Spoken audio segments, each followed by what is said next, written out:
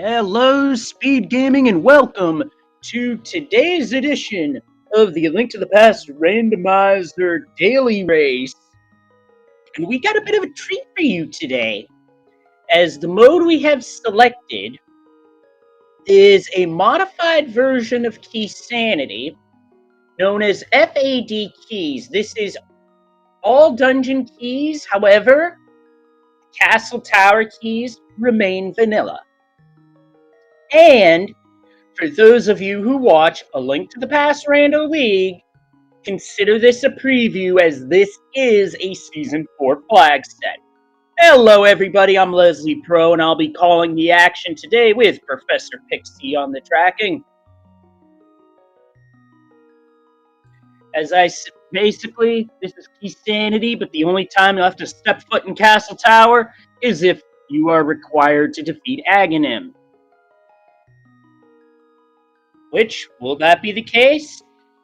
I don't know. We shall find out.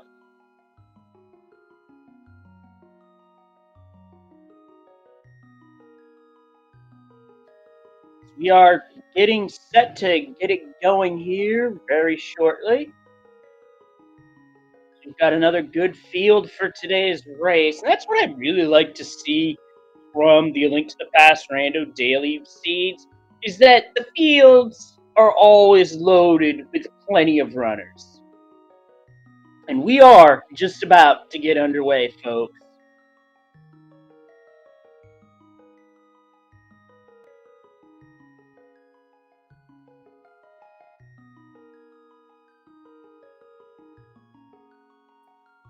I mean, it could be very early in the seed where we find out where ag is required, or it could be like a seed I played recently where Aghanim was killed within 3 minutes. So yes, either or could happen very easily, because I've seen it both ways. Interestingly enough, both sprites that we see on screen are based off of Hollow Knight. That is a rather unique touch. Our two runners are Radical Sniper and Vortex of Doom. You've heard Radical Sniper on commentary before. We are underway, starting in two different spots with a small key to Turtle Rock in Link's house and 10 arrows in Sanctuary. I do like this early divergence.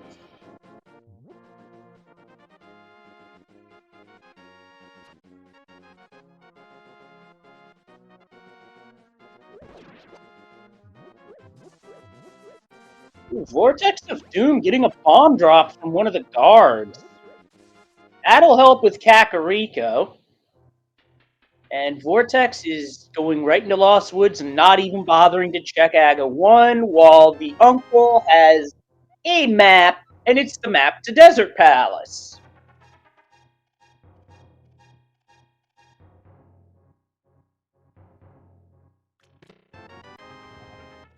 And we've got our first pod small key on Radical Sniper's side. Vortex of Doom comes up with a Skull Woods key. And now he wants to see what the bug's dropping. The bug is dropping Recovery Hearts, which is not going to do any good. And now Vortex of Doom falling. Oh, there's 10 bombs for you, so you don't have to worry about bombs at all for the first bit.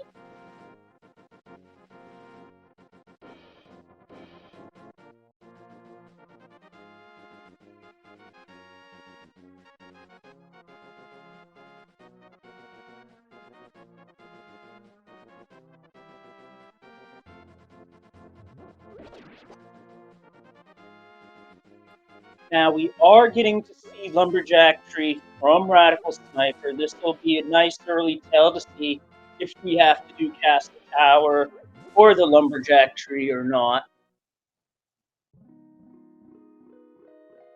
That's a big 20. That answer is a no. Vortex of Doom does not know this, but Radical Sniper does.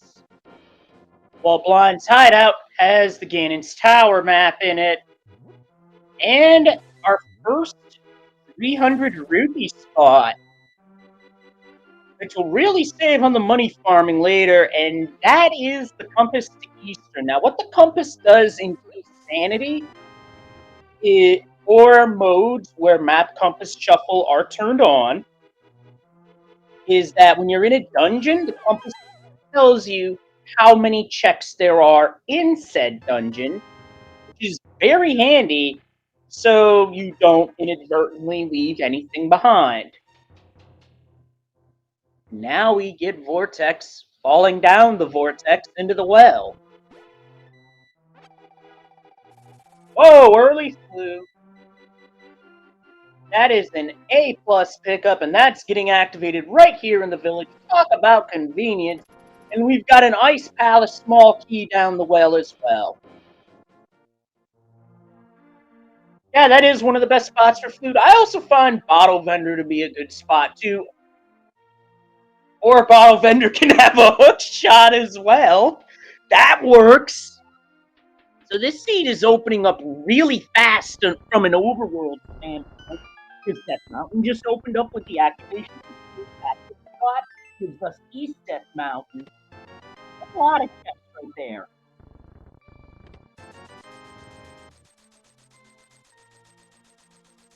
I mean, we still have to finish checking the village, but this could potentially be a fast seed, or the seed is setting us up for something. Jury's out on that one. Chicken Coop is another compass, and this one is the Pod Compass. One of the dungeons where it really does come in handy because there are a lot of checks in Pod.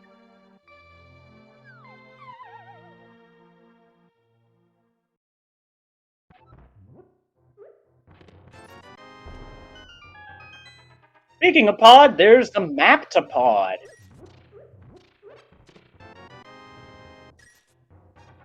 And yes, that would be a good sign to put on the house. You know, that'd be a good one to run by the rando devs, I think. Meanwhile, looking at the library, we have... That is a dangerous thing to be leaving in a library. Just saying. Radical Sniper picks up his hook shot, activating his flute, and it's 3 bombs at the race game, so Vortex of Doom flies away and goes right to South Shore.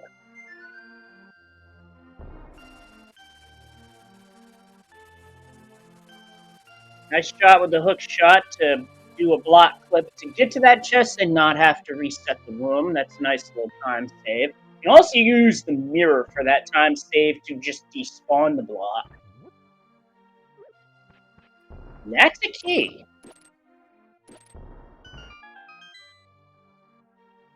And that is a second pod small key. There's 6 of those total in a seed.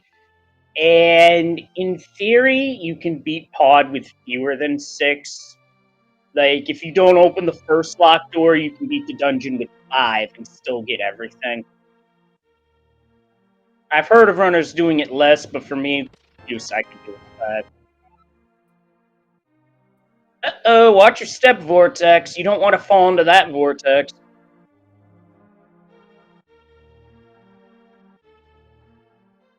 And we get a Power Glove in Mini Moldorm Cave. The map to Herrick.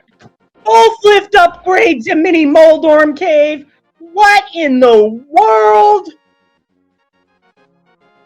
Those are some very small odds of that happening. And that was another Turtle Rock small key. But more importantly, this seed is opening up fast and furious. And we're gonna get an Ice Rod Cave check here. Although Vortex is still gonna have to go to Link's house at some point. Does have to be cautious here, because those crabs would be a one-hit KO, as they do 2 arts damage. Instead, that crab gets a one-hit KO.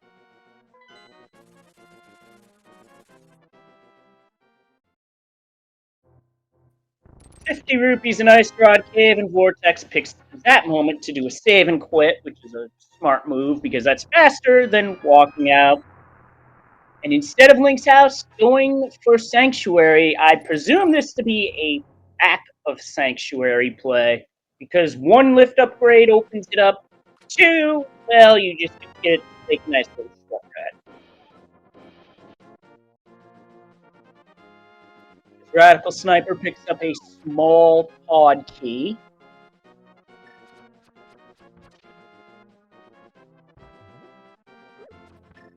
We get a Swamp Palace compass, a piece of heart, and 10 arrows. So, not anything big in terms of progression at Bag of Escape, but we did get something there, and Vortex of Doom gets the Turtle Rock Small that was in Link's house, and is going to proceed, I'm believing, towards Eastern? No, to buy bombs. The island is a compass. I see. Instead of buying bombs, checking what's on that island. That is a good play. And I'm inclined to agree with my tracker here because I have that same inclination of there something being on the mountain and double glove mini Moldorm cave. That's not something you hear of every day. And Green Pendant is Skull Woods in this particular seed. And Vortex does a double take on it. Yeah, that might have been by accident though. And we've got the map for Ice Palace, a big 20 and a second big 20 for good measure.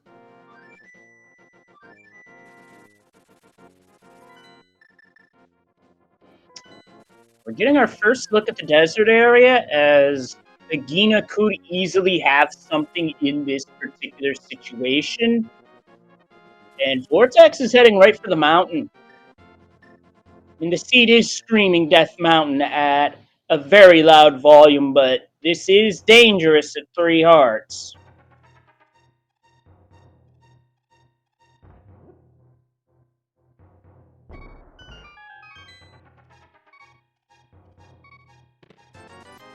And Agina is just a big 20, so no dirty Agina shenanigans today. There's a map on top of Spectacle Rock, and on the inside is just a big 20.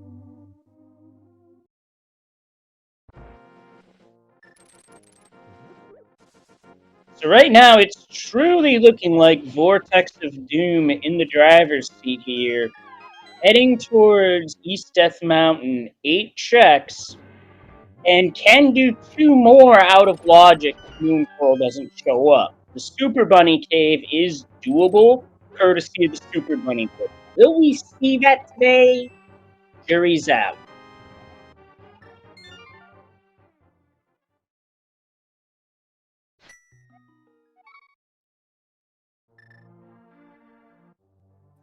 Bottom of Paradox Cave is our first start container in a Moon Pearl. Well, we're not going to see the Super Bunny glitch today, but on the plus side, we are going to see Dark World.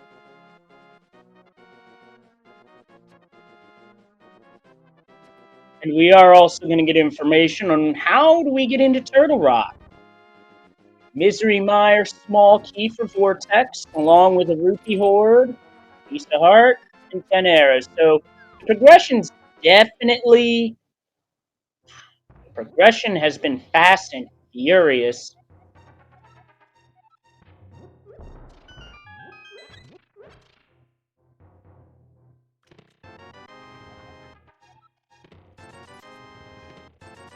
Now, unfortunately, with that bomb jump, despite being successful, that was Vortex's last bomb, so they're out.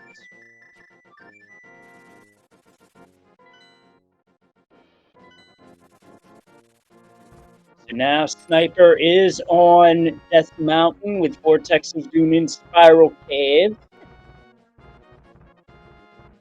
Vortex did just get a full magic drop. We don't have any magic using items yet, but they are coming. So to answer chat, the Super Bunny glitch is a glitch that if you are in bunny state and you fall down a hole that transitions Link to another floor, puts Link in a Super Bunny state where he's able to swing his sword and open treasure chests. Now, he can't use his sub-weapons. However, what this does is it gives him access to two checks that he would otherwise not be able to get to. Now, there are other ways of implementing said glitch, but that is the easiest one that is known. Bad news is you'd have to be doing this cave the long way, which could still be worth it, though.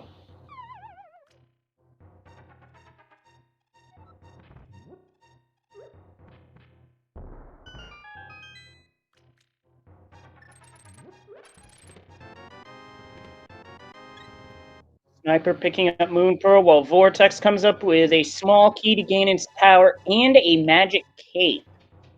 Now, that could be needed for Bumper Cave.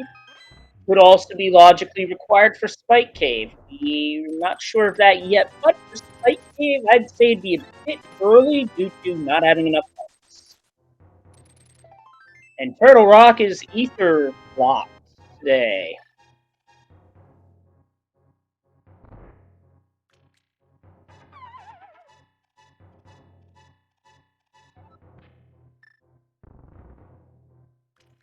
And that is the Book of Medora in Hookshot Cave, along with just a big 20. And a second big 20. And our first sword. So we are on the board with the swords.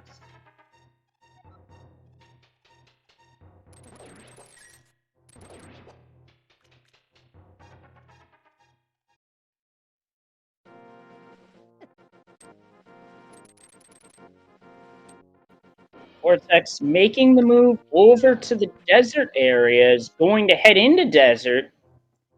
There's at least one check available readily. If you steal the key in the back, there's two more that become available, but those checks become out of logic, and doing so would necessitate finding the one and only Desert Small.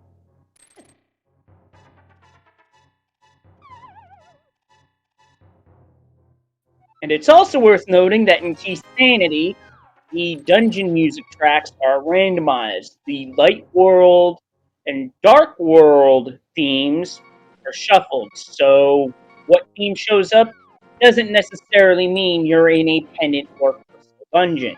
And it's a piece of heart inside desert. Might as well see what's on the torch here. And that's a sword, so boots are definitely recommended here.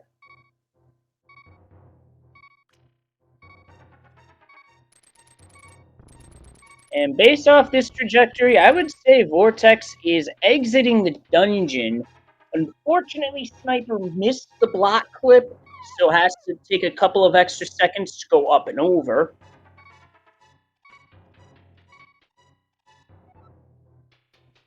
And I would call this a Meyer area check, but Vortex hasn't gone to Agena. So yeah, that exit is the faster way to check Agena when pairing in desert.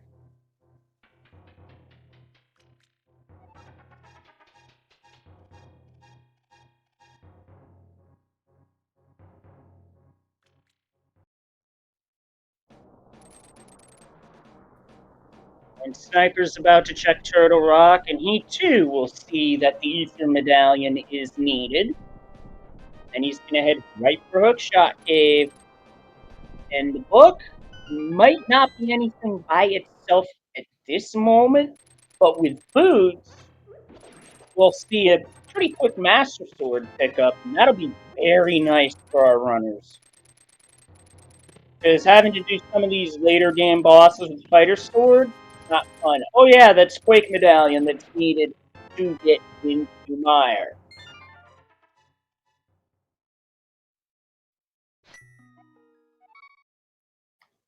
And the shed is a piece of heart and a compass to the Tower of Hera, so that's all we can do here for now.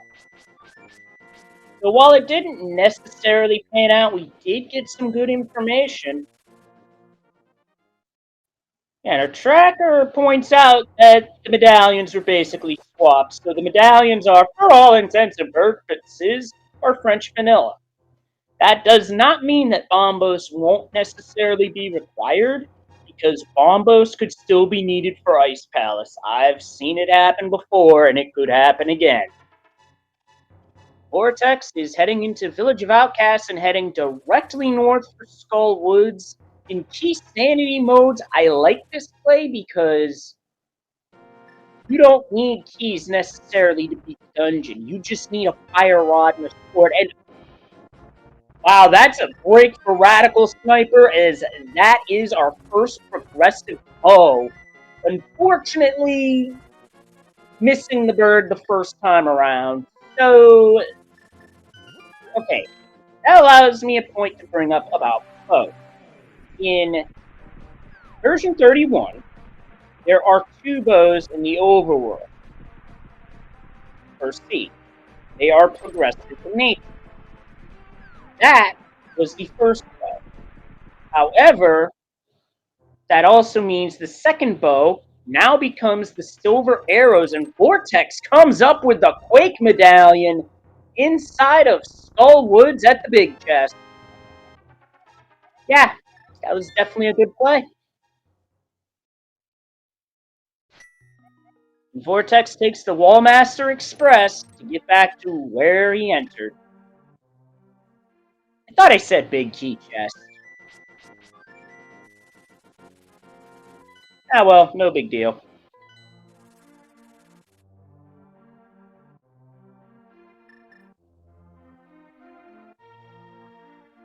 And now we are getting a look at the front section of Skullwood. So far, just 3 bombs. At 1 heart does have to be careful. And Sniper's making the same play, with the one difference being Sniper did the Dark Walk to get the bow. That could pay off huge, especially depending on where the lamp winds up. Now, this chest here should be a small key for Skull Woods. No, it's the Ether Medallion. More often than not, I see a small key for Skull Woods in that chest. This is just a rarity, but still, Skull Woods is A plus quality play as Vortex comes up with the goods and Sniper not too far behind. I must have played too many Sanity Seeds where it still was like that. But anyway, now we're getting a look at Bumper Cave.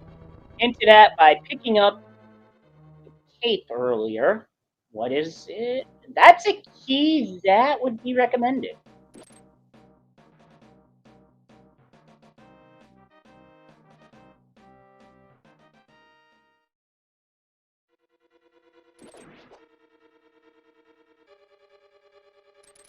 Now Sniper's going to be picking up his set of goods here. He's already got Quake. Now it's going to come up with Ether. So medallions or runners are going to be all set.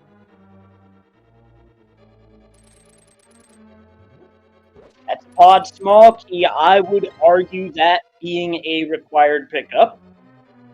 And our tracker does make a point that in the current version, a small key is not guaranteed to be in pinball room regardless of mode. I swear I've played E31 Siege where that wasn't the case, but maybe that's just my own experience. My own experiences with this rando does not reflect the experiences of the community at large.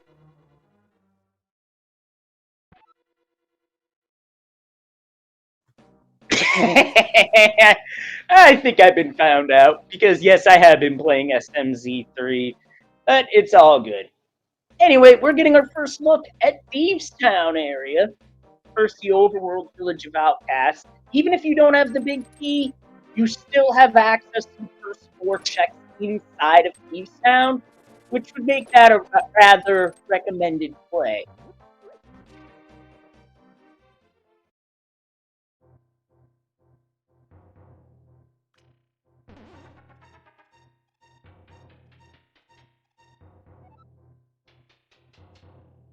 And our first check is the map of Eastern Palace. Now, as you gather maps, what happens is when you check the map screen on the overworld, you get to see what is a pendant and what is a crystal. And that is our first bottle in the ambush chest. More importantly, that's a fairy in a bottle. That can serve as a revival source, just in case. Although if you're trying to death warp, not so much. And Vortex is like, thanks, no thanks. Probably setting up a death warp with that in mind.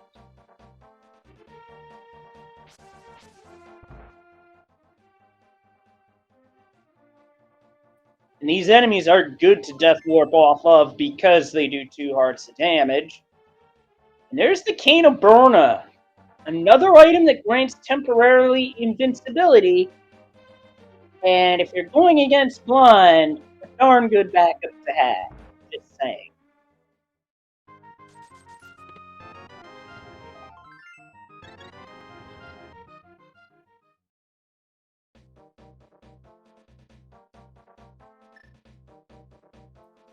Vortex just missed with the bomb to get the wine cellar open. Here comes Sniper, who's not going into Thieves Town. That's Ganon's Tower small as our runners do a high five.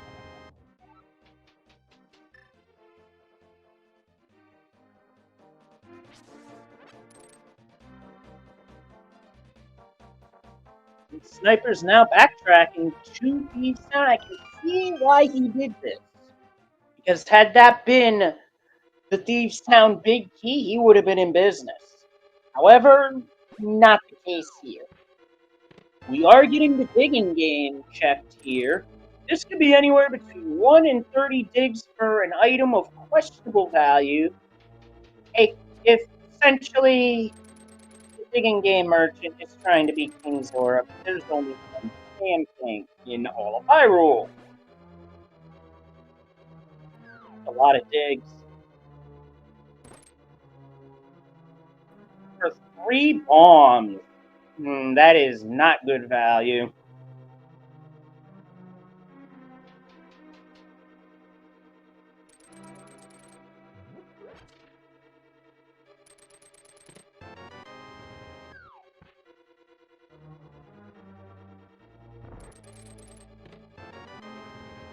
Sniper comes up with the Cane of Burna on his end. Probably going to death warp out of here. Nope, he is doing some walking. Drops the fairy. Does of the recollect the fairy, but then proceeds to death warp all the same. And Vortex is taking the blacksmith bullfrog on a world tour of sorts. First getting 10 arrows at Stumpy.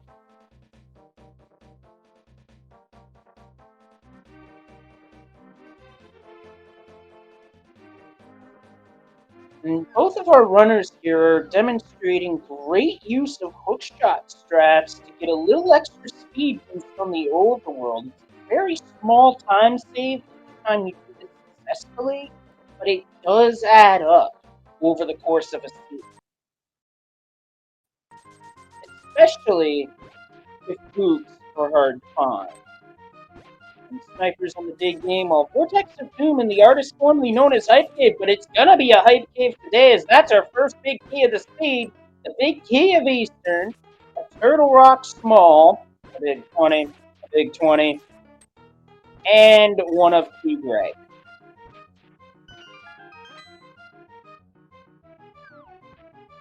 The tracker is right that, yes, those time saves add up over a course of a couple of hours.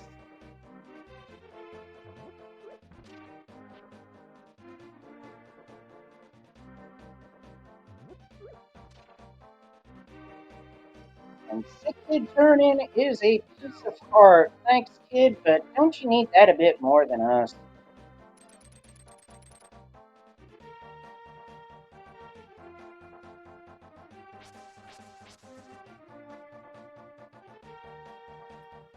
So, and no hammer at this point, so there's doesn't appear to be any smacking of the table for LOLs, but wow, a sword for turning in the blacksmith. Am I the only one that's getting a sense of deja vu here? Meanwhile, Vortex is doing the Dark Walk while we've got red crystals at Turtle Rock and Ice Palace. So 5-6 being TR and Ice Palace. That is information you can get in other randomizer modes. It's just not nearly as helpful because you already know because you just hit X in other modes. But in Key Sanity or other modes that shuffle maps and compasses, it's such a helpful little thing to have. And Sniper's getting loaded up as Vortex, out to get the bow. I'm sensing a Palace of Darkness play in our runner's future. Just saying.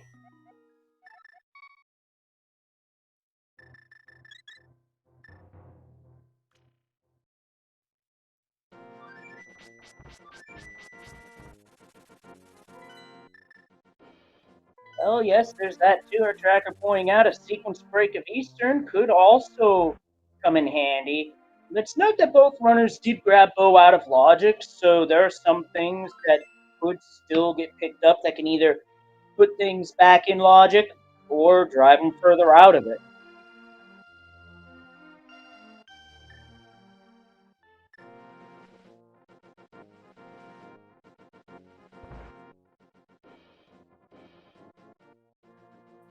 And Sniper is about to find that one of our 4 swords of this seed is where you typically see it. Deja vu much?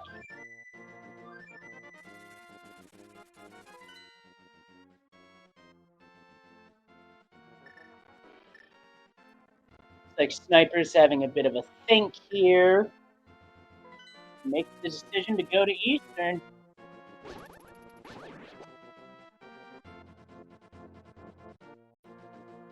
Yeah, normally they make junk like big 20s. Not today.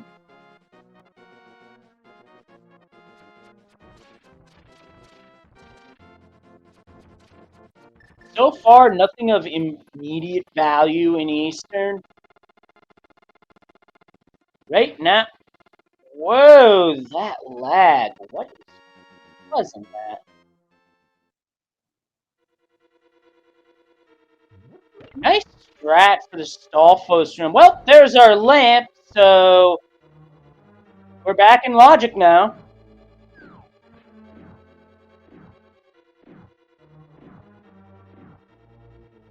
Now, we do have the big key here, so we're not sequence breaking Eastern. We got the big key. We're just going to basically going to take the handoff and run with it to the end of the dungeon. Now, neither runner knows if it's a compass, not a compass. And it works for I'm going to check the map for that information, but this is key sanity. You basically run with what information you have and whether it is a crystal or a pendant. Besides, odds are it's a crystal anyway. And yes, our tracker points out that yes, this was a logical double dip of Eastern that by way of dark walking, our runners are able to work around it. Which there are 2 types of double dips in a rando, as that's a Misery Meyer small key in the big key chest. There are 2 types of double dips in a randomizer setting. There is the logical double dip, and then there's the hard required double dip. The difference between the 2 is that a logical one, a logical double dip, you have a workaround. A hard required double dip means you ain't got a choice. There's no way around it.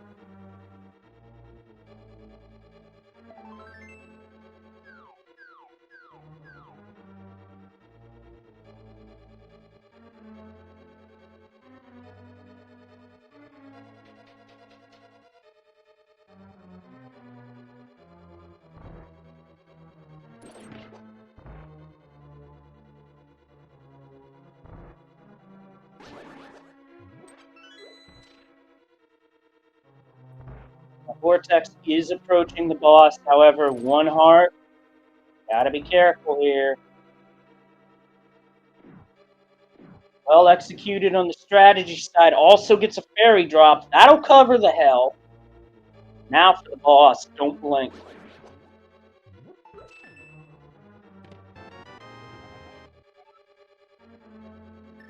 Nice quick kill. That's the map for Meyer and the Pennant of Wisdom. So at this point, knowing that I have one pennant and knowing where the green pennant is, I wouldn't be against checking the map here to see where the other pennant is. If it pops up, then the other maps are useless.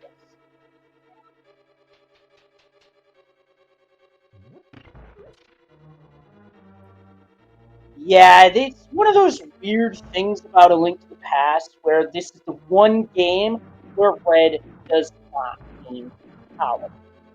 Do I understand why? No. But if there were to be, say, you know how the Final Fantasy games are doing pixel remasters? If and only if Nintendo were to do such a thing here, we could potentially see that clarified. Or rectified, rather. Meanwhile, Vortex of Doom is making the play to Hyrule Castle proper. I like this play because you get the usual checks heading down, plus Dark Cross, that are all in logic. The Vortex is doing this in one trip instead of coming here earlier.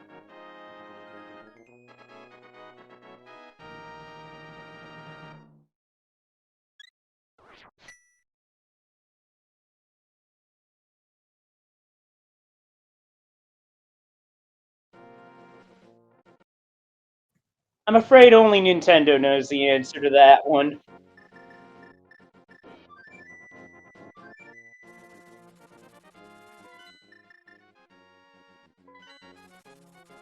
We are getting divergence here as Sniper checks the map, and both remaining Light World dungeons are indeed crystals, so our one remaining pennant is in the Dark World. Wouldn't that be a kick if that were in odd? And Dark Cross is a small key to Ganon's Tower, and Vortex of Doom doing the Death Warp to get back to the start of the dungeon.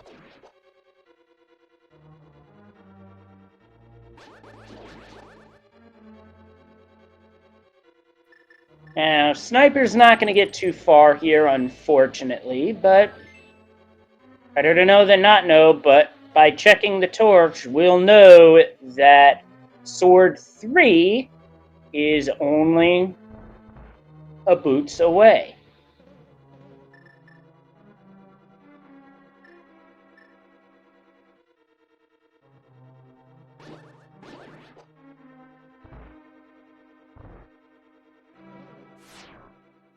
Now, Vortex made the turn to head to Aga 1, but not necessary. Oh, hey, there's the Desert Palace Big Key. Now, what that does is it opens up the big chest and the end of the dungeon.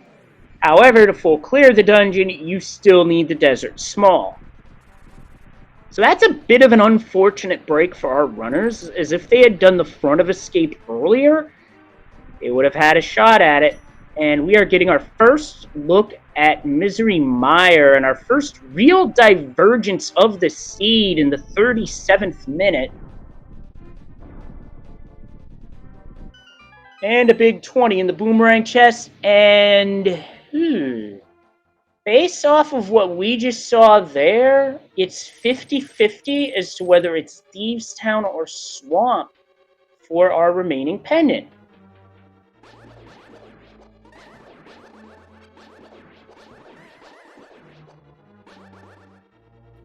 Perhaps a prediction could be done involving that, just for the funsies.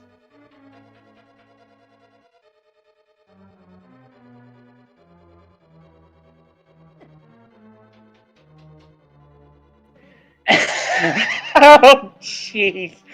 That game, you've got a weird sense of humor sometimes. As Vortex of Doom sets up for a Death Warp and gets the mirror out of Zelda's cell. I swear, this randomizer has a twisted sense of humor. Now, Vortex is heading into Castle Tower, but this mode, these keys are vanilla. And there's the Swamp Small key in Meyer.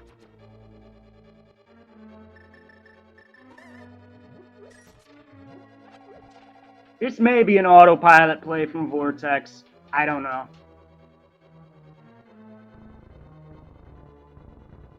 Or this could be just checking the 2 chests again. It's hard to say, but this is a relatively newer flag set. So,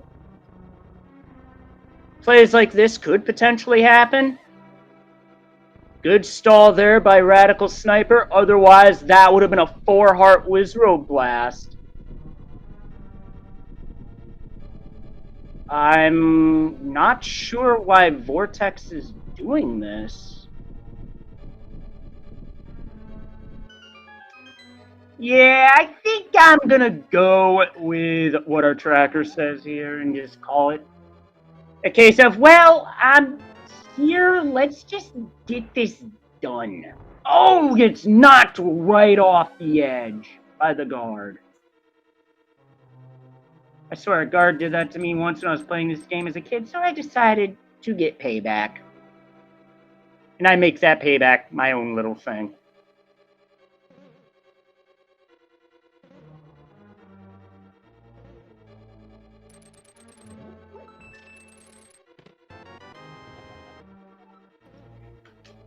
Game, you put the big key of Meyer in Meyer. Doesn't that seem familiar? I guess on the plus side, that means we could see a big chest at least while we're here. Yeah, randomizers, I guess they're like humans in that regard. And we get a mushroom. That opens up another check in the overworld.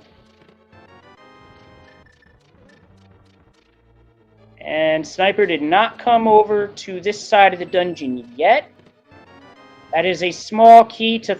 No, that is the Thieves' Town small key. That opens up the room that has the big chest in it, which it doesn't do anything on its own. But with the big key, the dungeon becomes full clearable. All right, chat, how many blue balls? And the flippers are in Meyer. Wow. I am starting to sense a check of Swamp Palace play here. Potentially.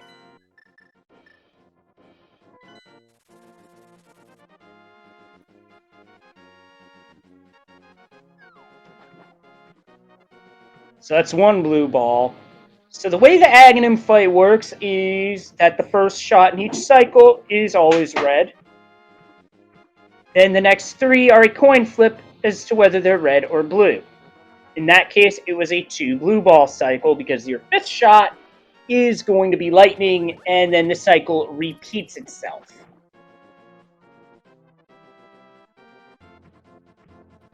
Yeah, no hammer, but it's still 2 checks, as our tracker points out. But that is a good thing to point out. However, some of us have actually gotten burned by a hammer in those early checks of Swamp before, including myself. And that was another 2 blue cycle. So we are going to see at least one more round of Aghanim shenanigans. Also, if you want to try and optimize this fight, there are some positions where Aghanim teleports to where you can actually hit him to the center of the room.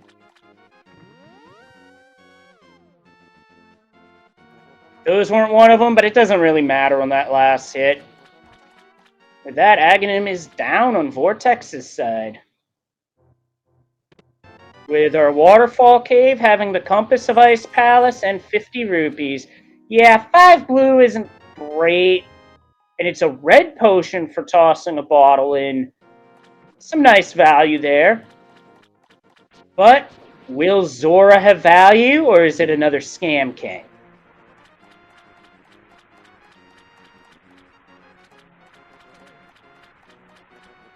That's a map, which if it is the Thieves' Town or Swamp map, we could get our information on where our final pendant and crystal are.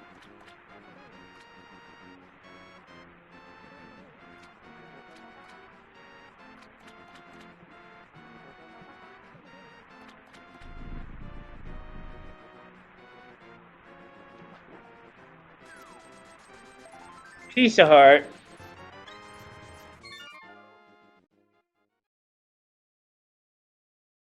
So if you have that emote, yet this is the time to use it. Although that mushroom, I wouldn't be against turning it in now and save scumming it.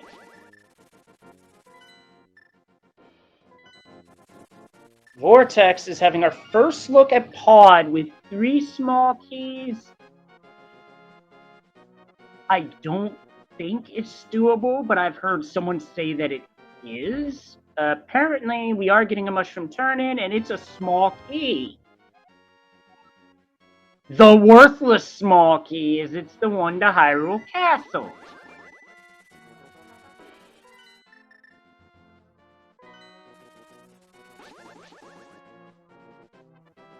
Okay, that pun was actually pretty good.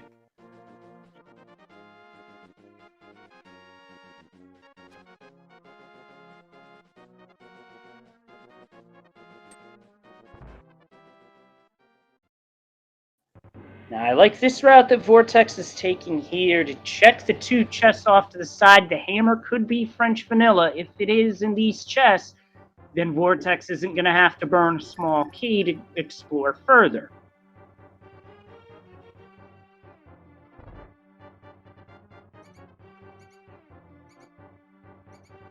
Well, that's our first shield.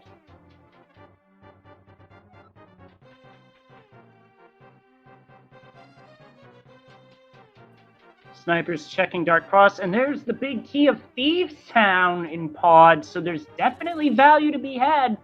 Based off what we know between the 2 runners, Pod is 100% clearable.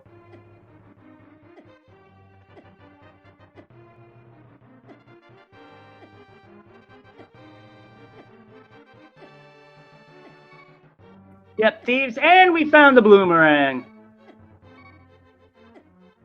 Yep, I met Thieves. I get crossed up between the dungeon we're in, and hey, it happens.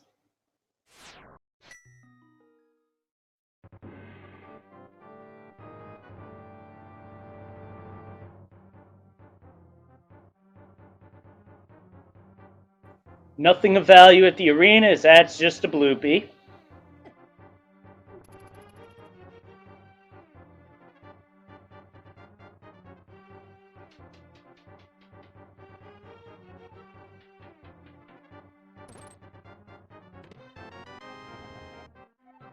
The Sniper now has the big key of Desert. This seed is really starting to open up on the dungeon side now in terms of what dungeons we can potentially clear. There's a big 20 in the dark basement. 2 big 20s in the dark basement. So Fire Rod was first checked. That is a big pickup for Vortex because now Skull Woods is doable, which means Green Pendant is accessible.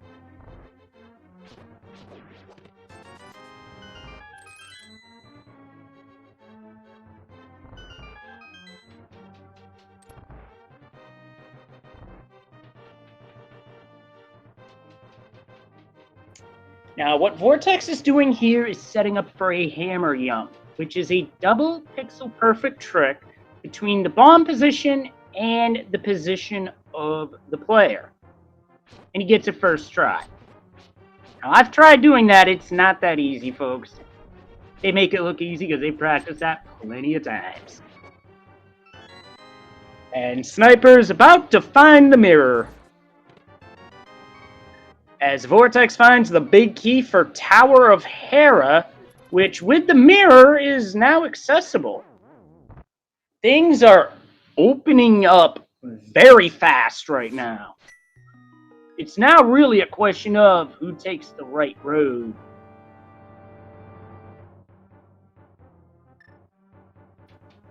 Yeah, Pod tends to have a lot of stuff, so to make the play 2 Pod when Vortex did doesn't surprise me at all, and Sniper is also doing Castle Tower? I saw a big 20 there earlier, right, Chad? Or did I see something else? Or was it something else?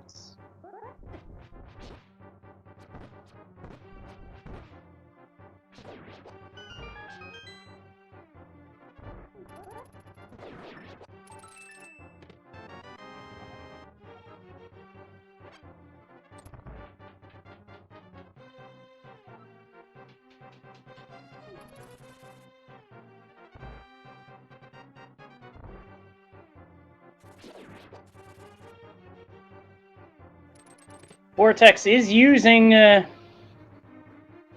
this moment to check the ether tablet. This can cause flashing on screen, and that... I believe one runner did check Lumberjack.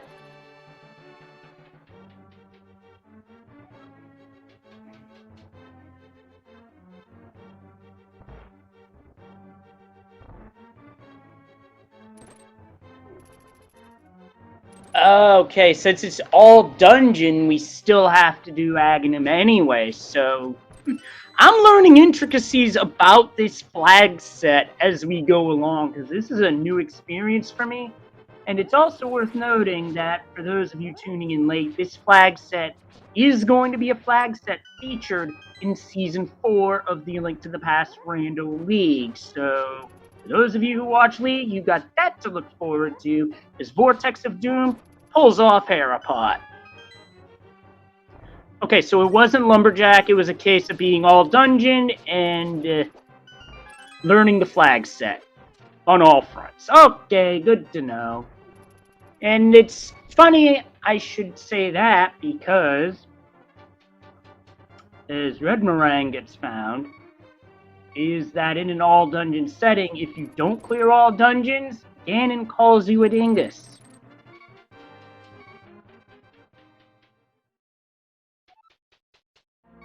So we're going to have simultaneous bosses here with Vortex of Doom taking on Moldorm and Sniper taking on Aghanim. Okay, chat, you've proven me wrong, a fool on this one. Because, yes, they're doing Castle, they have the stuff to do it, makes all the sense in the world. And that's a small key to Skull Woods on Moldorm and a crystal in Vortex's pocket.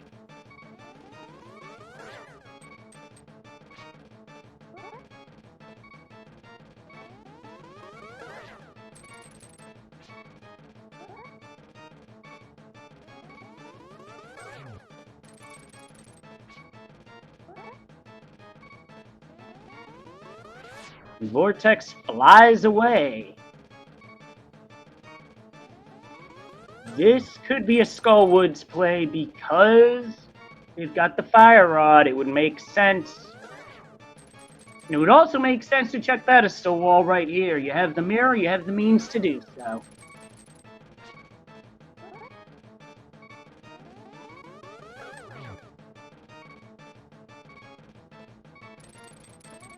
You see there, Sniper does knock Aghanim upward to speed up the time between moving around, as Aghanim does.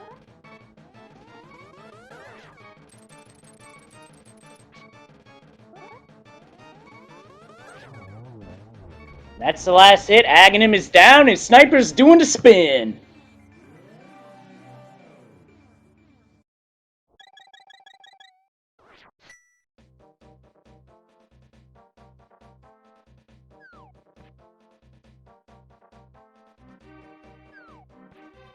And Vortex is now in the last section of Skullwoods, which to get here logically, you need the Fire Rod, and to finish it, you need at least one sword. Master Sword will do nicely. Our runners would like to have Tempered Sword here, but sometimes that's just not possible, depending on how the seed plays out. And that is the Ganon's Tower Compass, which does help for keeping track of 27 total checks. The most out of any dungeon by far.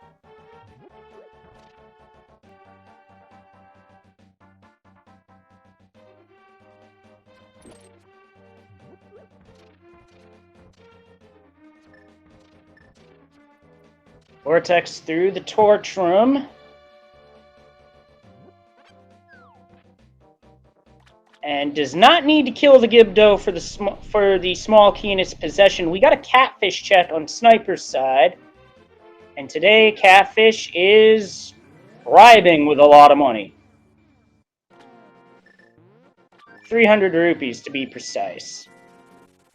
Now, Fire Rod and Master Sword Strikes do the same amount of damage to Mothula. However, the real problem isn't the boss here, it's the room you fight him in. That floor is moving, and if you hit Mothula into the spikes at all, the damage that would have been done is completely nullified as Vortex finishes off the boss, gets a heart container, and a green pendant. So that green pendant opens up a check at Sahasrara.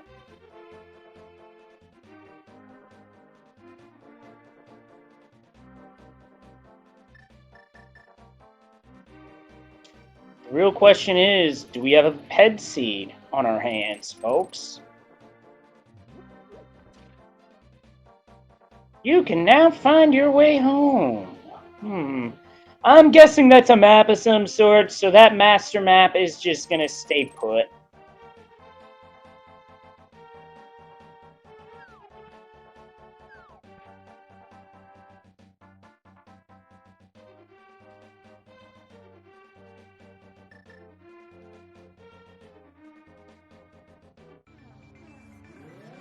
The sniper's gonna grab purple chest, and on the way, check cave 45. And wow, that is a huge pickup for Sniper, as that's the Cane of Samaria, which will enable him to finish Misery Meyer whenever he so chooses.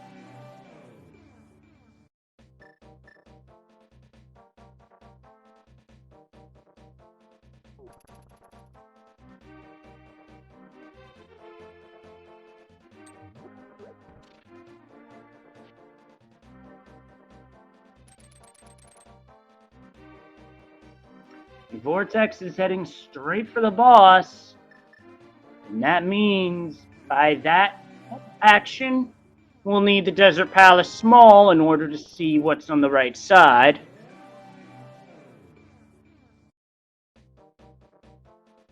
More importantly, we got a boss fight coming up. Land Molas, while Sniper's about to check the Bombos tablet.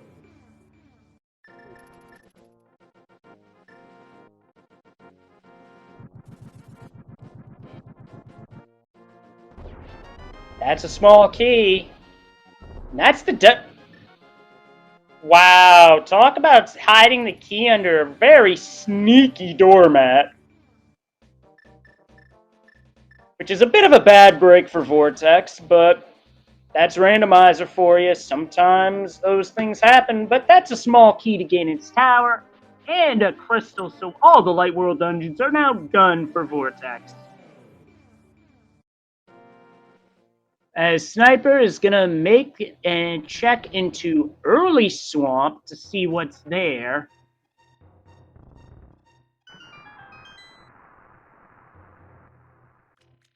But Vortex wants the big chest of Desert. Can't fault him for that whatsoever. I mean, let's face it, chat, we are running out of places for the hammer to be. And this swamp play is 2 checks.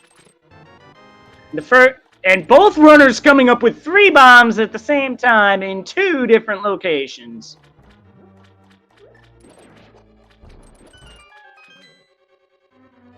Here's the last check. And it's a piece of heart, so swamp, nothing. And Vortex used Quake at the wrong spot. Did not mean to do that, I'm pretty sure.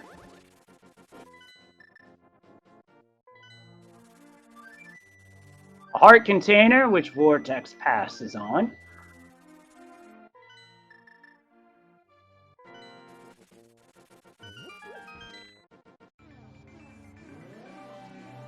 Now, Sniper is going to be able to come in here and finish off all of Meyer, while Vortex isn't going to be able to do so. This is one of those right order scenarios where sometimes you just miss the right order by that much. Throws everything off.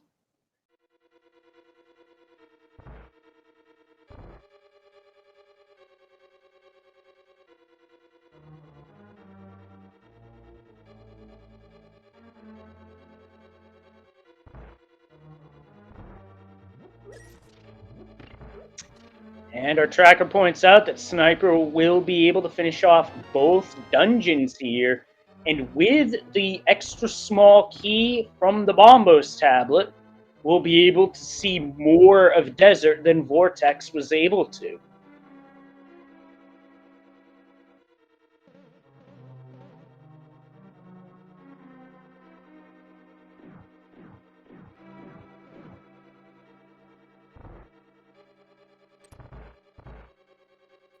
Big moment in the seed for Sniper here, as it's a heart container in the first of two chests.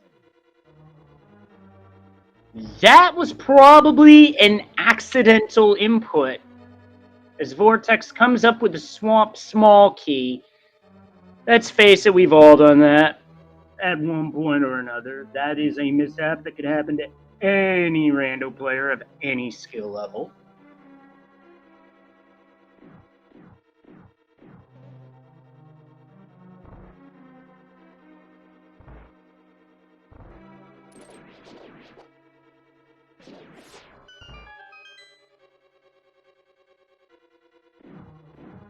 Alright.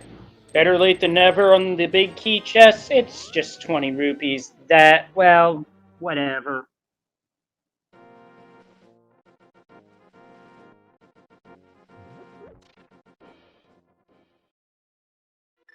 And that's a heart container in the big key chest of Meyer for Vortex, bringing them up to 11 hearts. Health is going to be important against Vitreous. Just saying.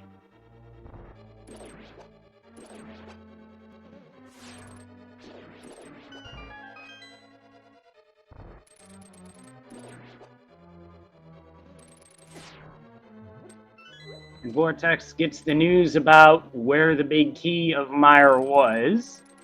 Interesting, huh?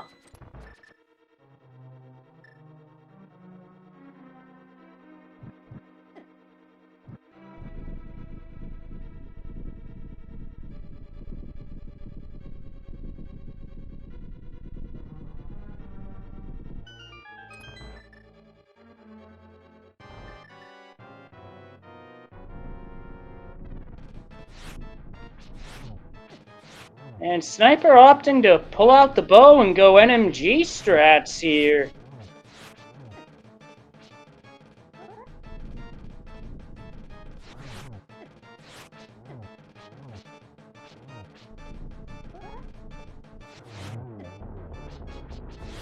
That's one land mola down. That's two. And three.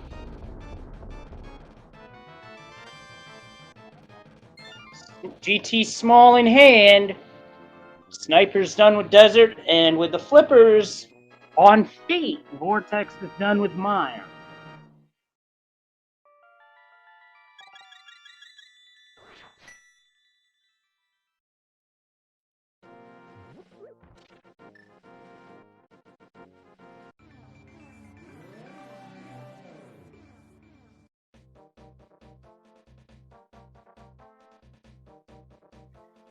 Sniper's going to have a look at Checkerboard Cave before going back into Meyer to finish it off.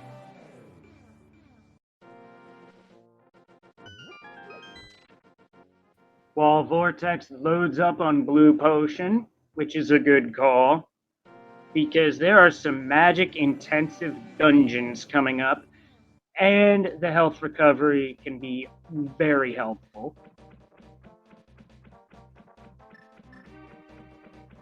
Vortex is now heading for... This may be Dark World Overworld checks. We have not seen Graveyard Ledge, which at this juncture is an isolated one-off because we don't have boots. If boots are there, that would be neat. And chat pointing out Thieves Town with the big and the small. The dungeon's 100% doable. However, the big chest does require hammer. So if we don't come up with hammer here, that would be a one-off check to return for. It would be unfortunate, but hey, I've seen it happen where you get an item that leads you to hammer elsewhere. Probably not going to see that today, though, because we've got all the fetch quest items outside of shovel. And the powder. And our tracker points out we will know soon enough if this is the final pendant, or is that final pendant in Swamp.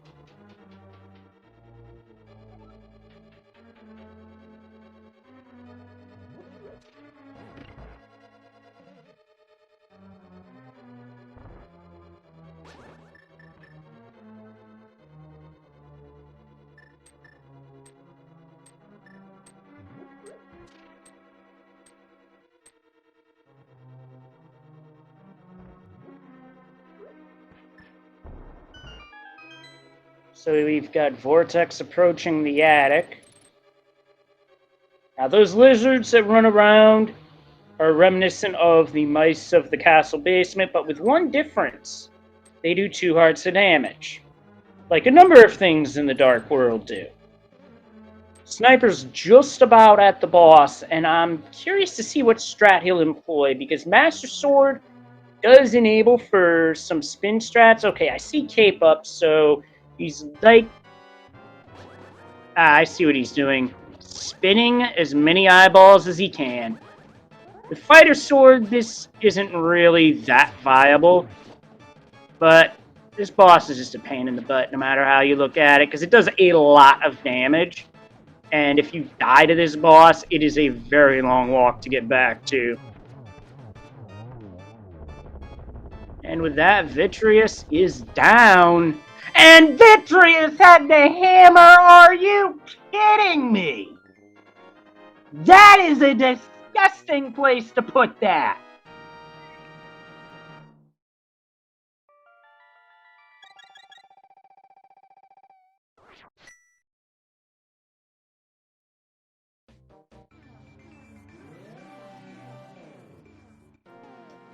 Yeah, that is a major ouch for Vortex, because now Vortex may have to come back to Thieves Town for a full clear. Sniper is heading to Swamp, and apparently...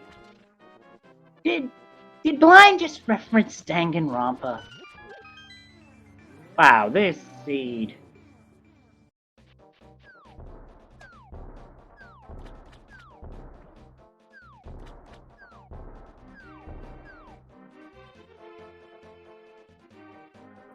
And Blind just had a big 20.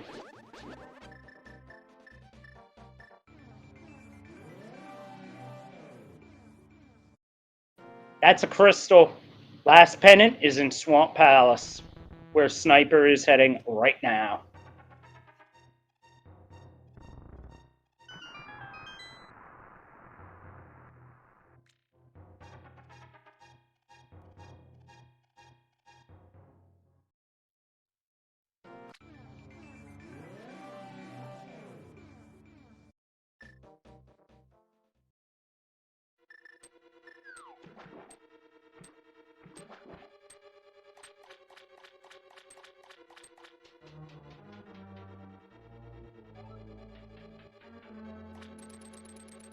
Vortex heading back into Skull Woods to claim the big chest.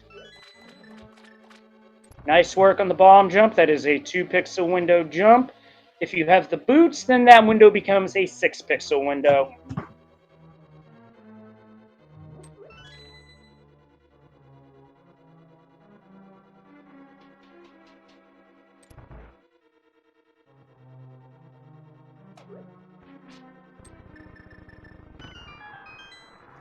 Yeah, there's a setup for that, where you bonk at a specific point, and with the right timing, you bonk over into the explosion, and then you just fly over. It's like Link suddenly has wings or something. Now, Vortex is going to go for purple chest now. This will route into where Kana Samari is. This is just a really bad break on the routing side for Vortex. But hey, that's the nature of the beast for Randomizer. You can play well and just have your route go belly up on you. Happens to all of us. And the south chest and swamp is just a piece of heart.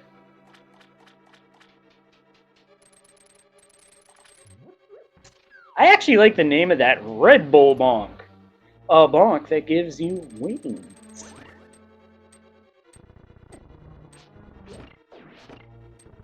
Now, for those of you who might not have tuned in for a while, you might have thought, wait, Sniper just flooded the key.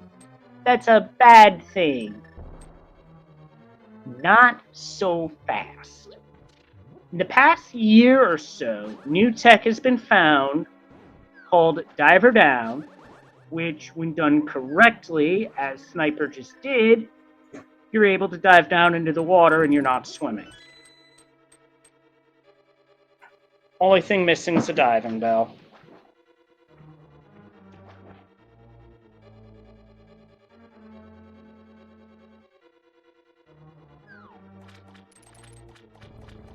Yeah, he might be as unhappy as I was when I played a seed where Vitreous had the silver arrows and I was fighting him with fighter sword strats.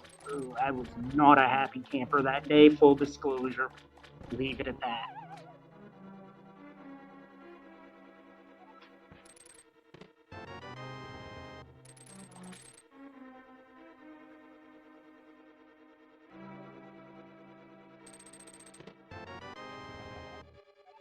That's the Thieves' Town compass, not like we need that now anyway.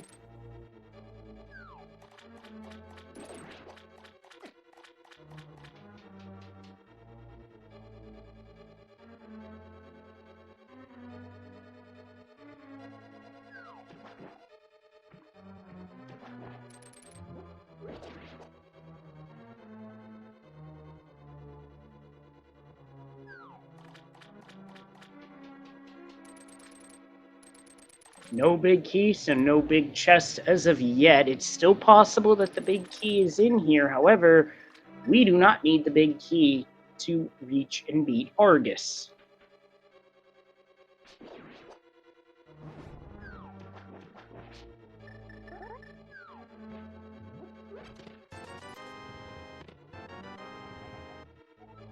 There's the Ice Palace big key.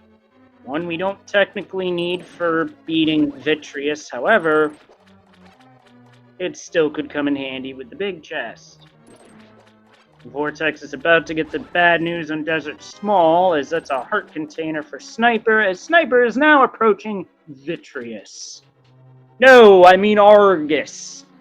Why am I getting bosses mixed up today? I blame the heat.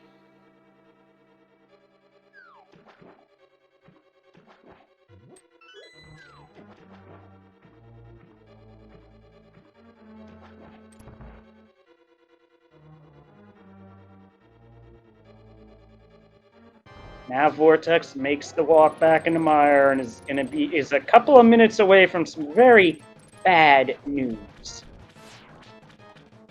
Yeah, we're also dealing with humidity too, and that does not help.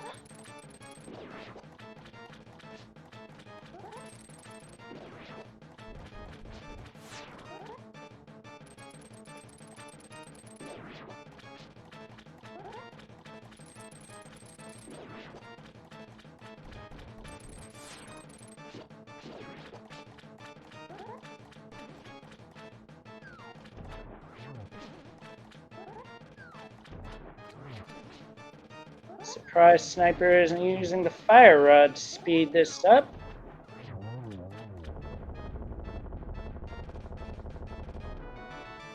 But it doesn't matter, that's the boss, that's the pendant. And if he wants a map that he will not need, he can just pull it out of the pedestal right now if he wanted to.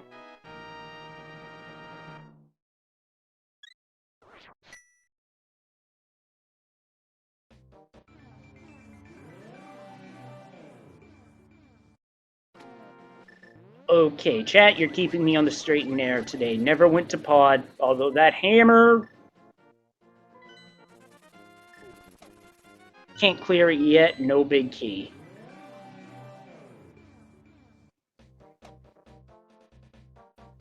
No, but he's about to in a few minutes.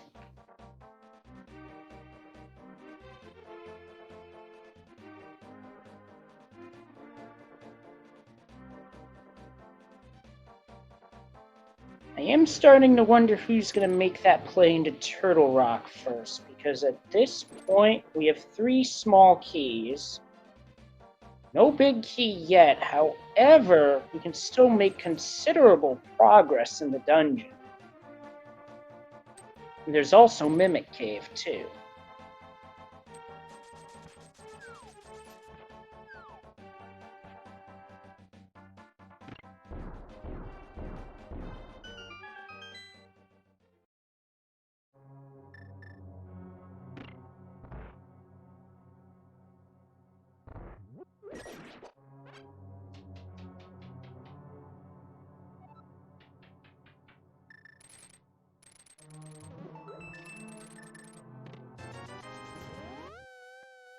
There's the fire rod for Sniper.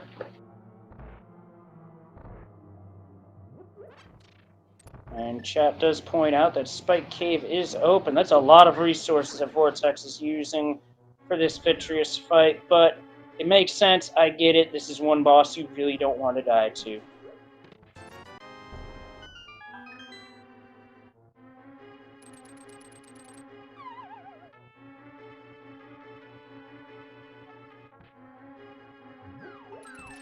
There's the hammer for Vortex. He cannot be happy about that placement.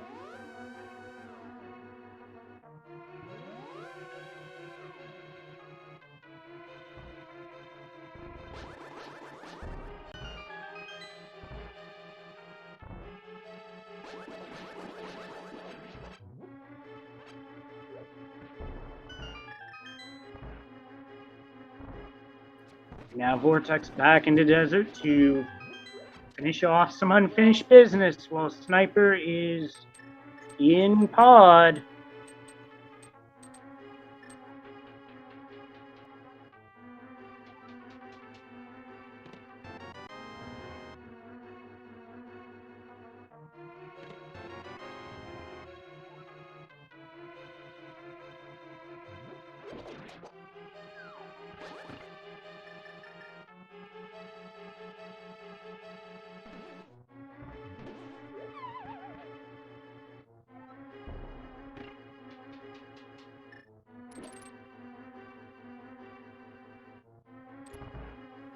Sniper is heading straight for the back.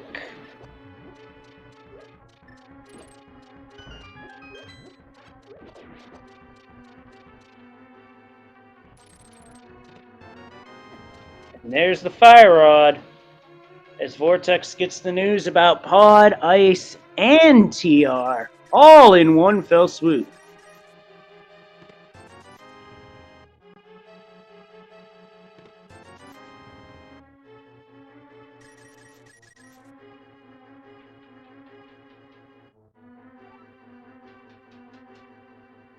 Now gonna jump into Swamp Palace. Yes, I got it right this time.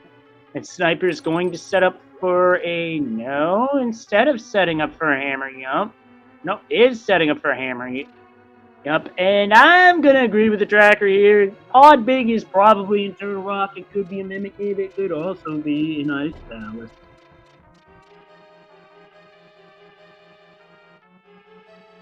Or it could be something disgusting like Swamp Big to TR Big to Pod Big or some other gross sequence like that. This is Key Sanity. Those nasty sequences could happen.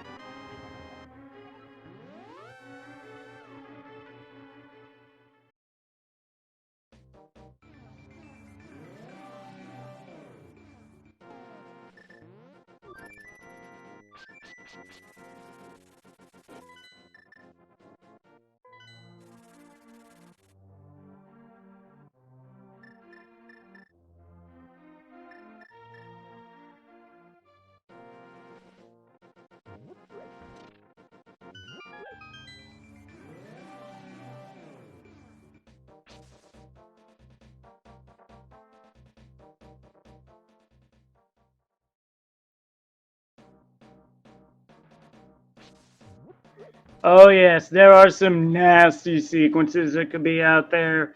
And also the big key of Evil's Bane is still at large.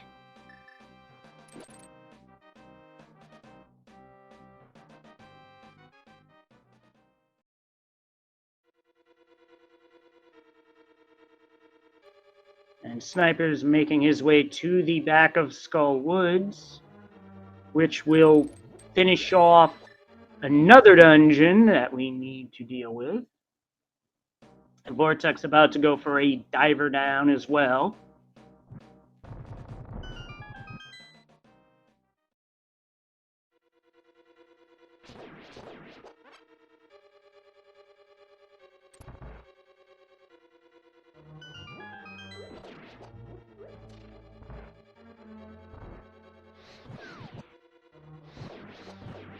Now, based off of that logic, Pixie, we could potentially see somebody off Restream pull ahead with a theoretical fake powder. Just saying. Oh, and we got a bunny sprite.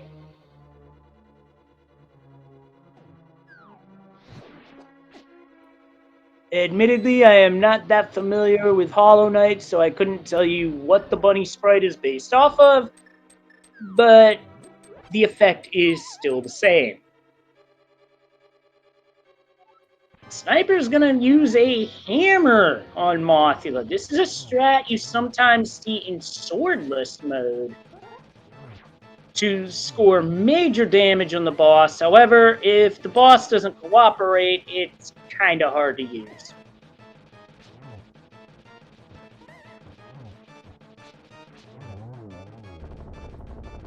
But Sniper makes it worse. The boss is down, and that is a heart container to bring him up to 13 hearts.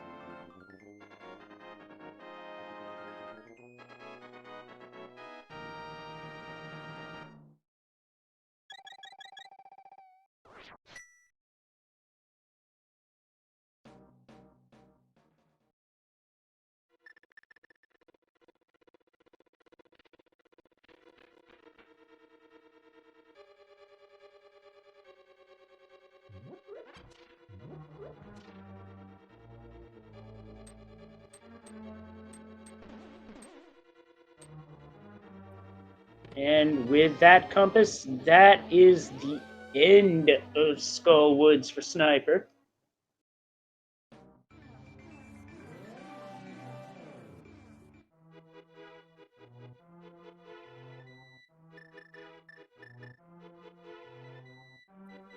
And this is going to be a blind pull for Sniper. I love this. As Vortex comes up with the Ice Palace Big, and the map is absolutely worthless. As it was the map of Hyrule Castle, aka, well, if you wanted to give the hand of Majora's Mask some toilet paper, I suppose that could suffice.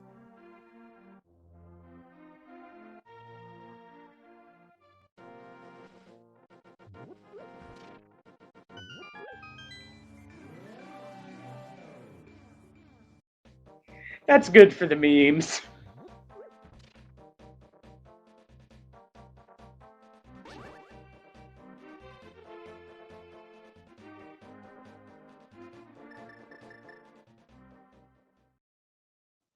The randomizer has also spoken, not just the scroll of truth. Sniper is gonna head into Thieves Town, and now we're gonna see the back. Now, there's a bit of metagame to that. If the pedestal is something required, you actually save time by not reading. Whoa! Vortex with a quick kill of Argus using the Fire Rod and nothing more than a Master Sword. That was outstanding and definitely worth clipping, because holy smokes, that was awesome.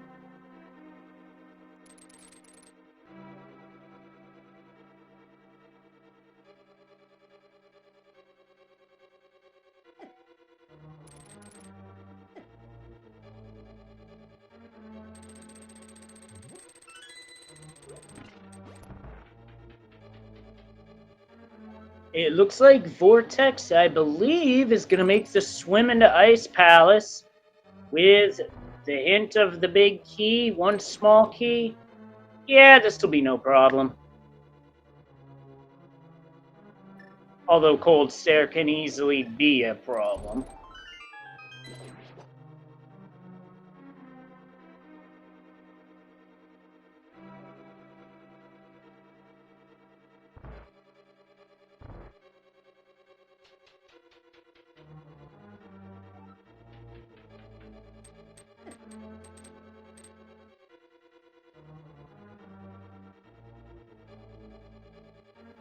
Now these Pen Gators do a lot of damage, but with well-placed bombs, a hook shot, as we find the map of Skull Woods a bit late game,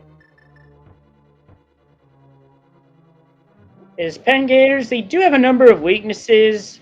Another weakness they have is to the Quake Medallion, provided they're not airborne. Yes, Hera Big was Dark Maze.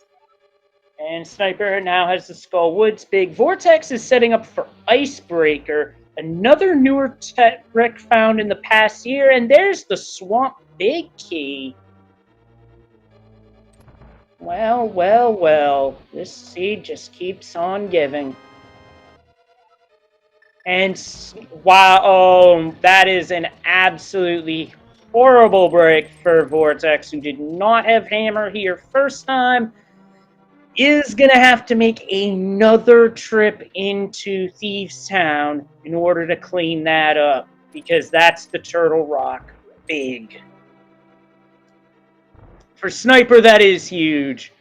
But for Vortex, you hate to see stuff like that. With a very, wow, excellent movement to get into the staircase at an unorthodox angle. There's another pod small.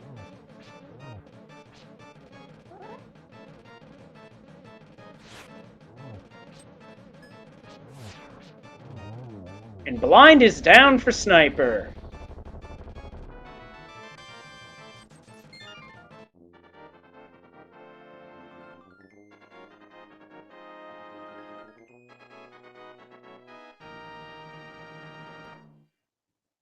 Whoops. Vortex just inadvertently slipped off. Has the damage boost through the fire bar.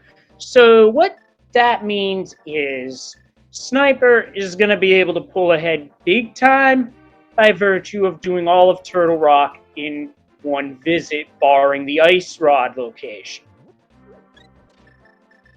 So that stair clip is rather finicky. My understanding of it is you basically spin into the staircase with enough momentum, and if done right, you just go right through the loading zone.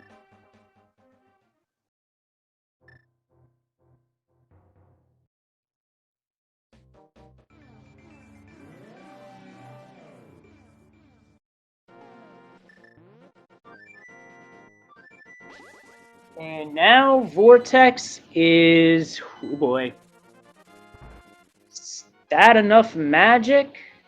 Wait a minute, I think I know how this can be circumvented. So when that sword beam hits during the animation of the fire rod activating and doing damage to Cold Stare's shell, then Cold Stare still takes what is counted as a fire rod hit. It is a means of saving magic, and that's one puff down. These puffs do a stupid amount of damage because you're expected to have blue mail here in vanilla. So, yeah, it's a boss that brings the pain.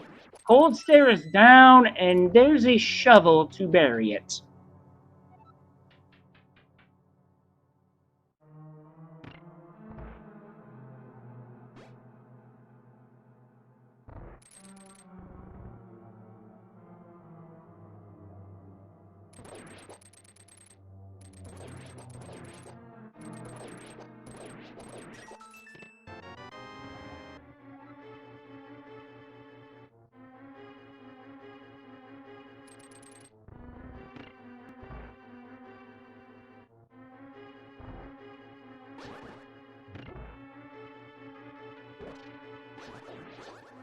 curious as to where Vortex is going. Without the pod big, pod can't be finished. So this is a hobo play. There's a lot of checks that are just scattered right now. And unfortunately for Vortex, one of those scattered checks is his Turtle Rock Big T.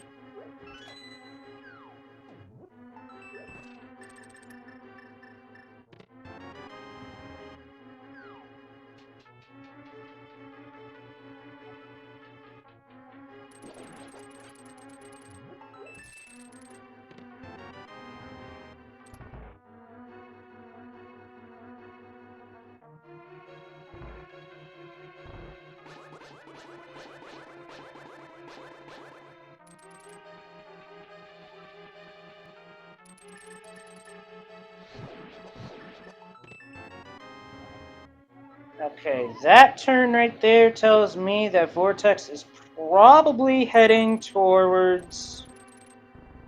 Yep, this is Graveyard Ledge. And to answer chat, Catfish and Zora were checked, but Scamfish strikes again.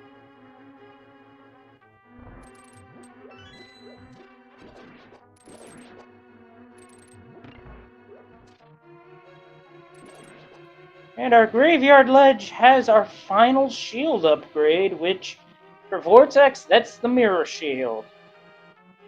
Which, if anything, that's great for Turtle Rock Laser Bridge and the laser eyes that are in that dungeon in GT, and that's about it.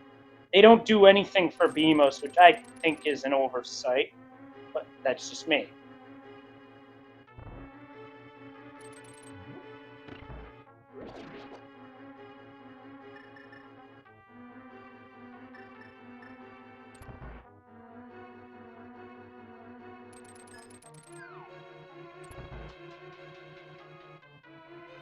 I don't think Vortex has been up to Catfish Zora area yet. It's not going to be anything of importance, though. The Leaf Sniper is heading into this side room here. A room similar to Ice-T, but facing the other way, to load up a magic. Just a little insurance policy to make sure he has enough.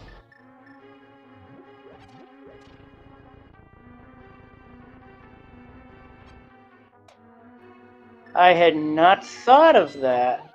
So perhaps that could be a hardware limitation, which you read of a lot in the NES era, not so much in Vader eras, but I guess there was still a thing even back in 1991 when this system was still relatively new.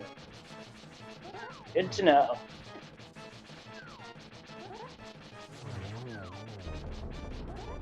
And for Radical Sniper, that is 1 puff down. 2. And 3.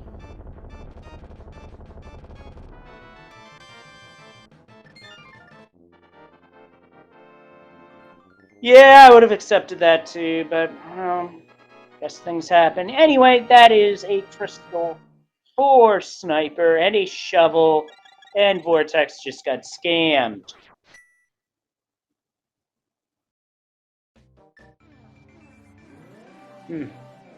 Chat, you are giving me knowledge I was not aware of. Because, yeah, there were limitations on GBA, but it was still a powerful system for its time.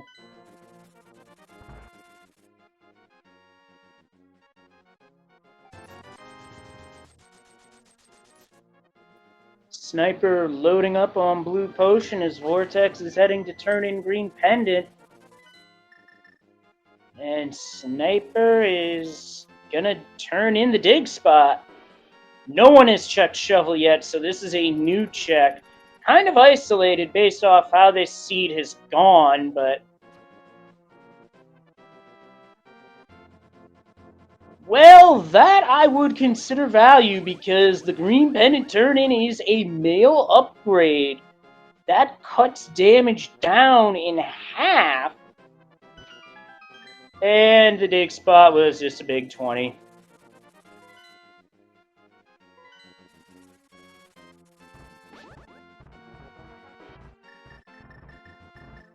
And it looks like both the runners are going to converge on Turtle Rock at the same time. The big difference is Radical Sniper having the big key. Vortex might be gambling that it's in its vanilla dungeon. However, unfortunately for him, that is not the case.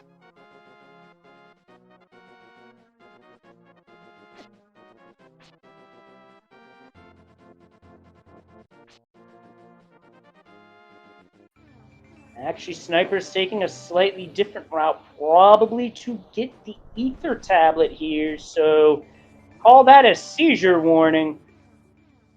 For those of you who might be flash sensitive.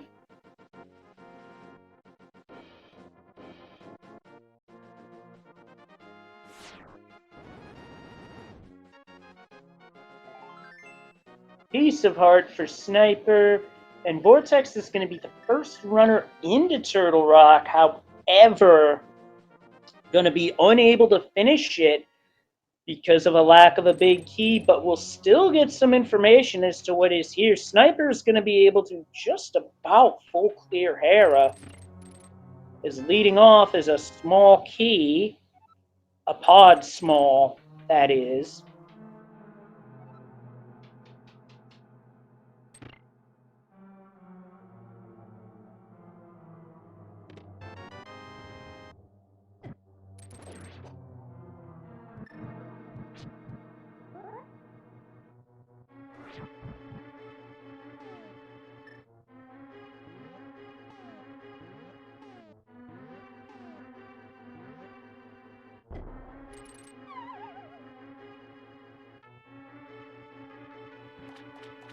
And Vortex does find a big key, but it is not the big key to this dungeon. It is the big key of Evil's Bane.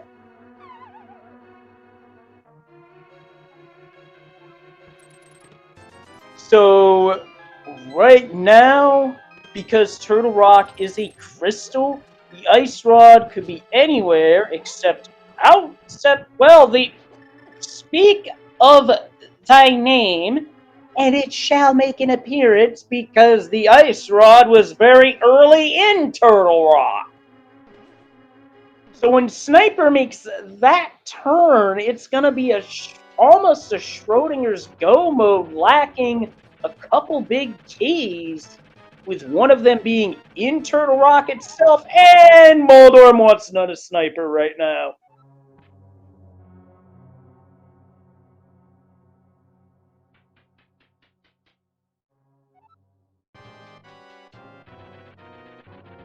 And the Chain Chomp chest has a Rupee Horde.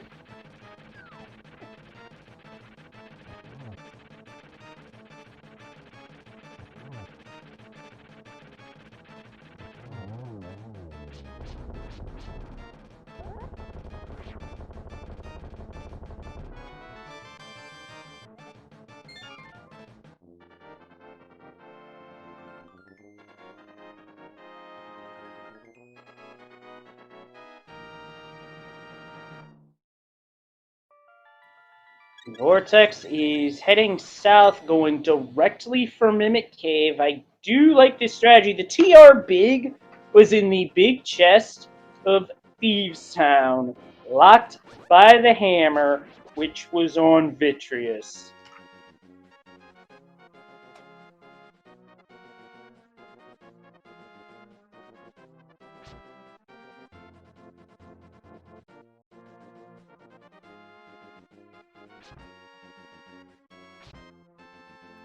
Let's see what Mimic Cave has to offer for us, and it offers up a Turtle Rock small key. Well, ain't that convenient? And I gotta agree with chat here. It's gonna be a while before Vortex goes anywhere near Thieves Town again.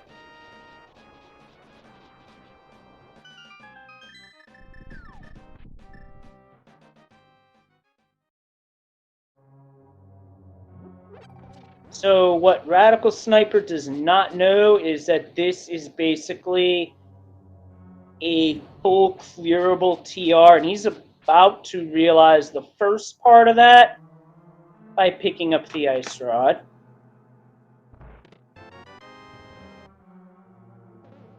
Yeah, I can see that being a hard last location, and it doesn't matter what randomizer you've played. If you've played a rando, you know darn well that a hard last location can happen, and it probably has happened to you somewhere along the road. It don't feel good, I can tell you that right now.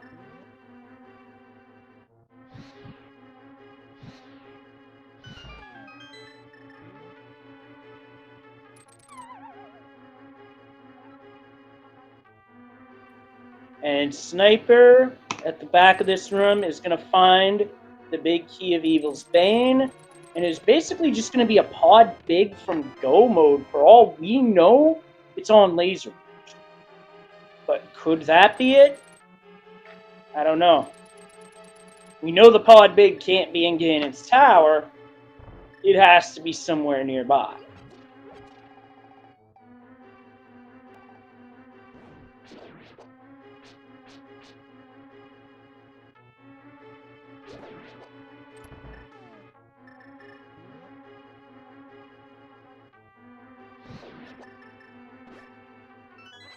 Vortex, I don't think is too many places left to go, so this, I think, is going to have to be into Thieves Town. And it's pretty darn close to a last location, if not an outright last location. Yes, that is very much possible.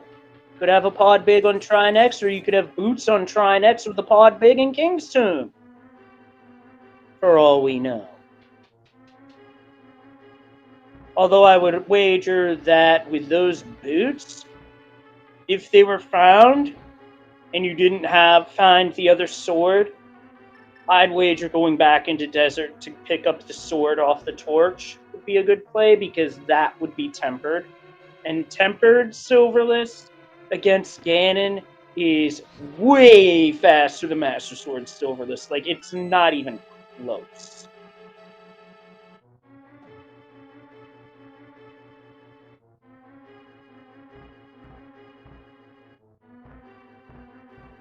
Sniper opting to save the key for now.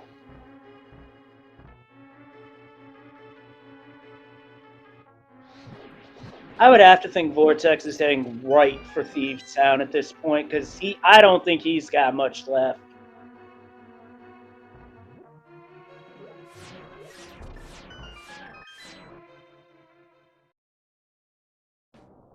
Yep, Vortex is back in Thieves Town. Has to be cautious, down to 1 heart. And Sniper's heading into Mimic Cave. This will be a good play for him, as there is a Turtle Rock Small here. On our restream, neither runner tried Fake Powder. It is possible that somebody off restream tried it, but we are not privy to that knowledge here.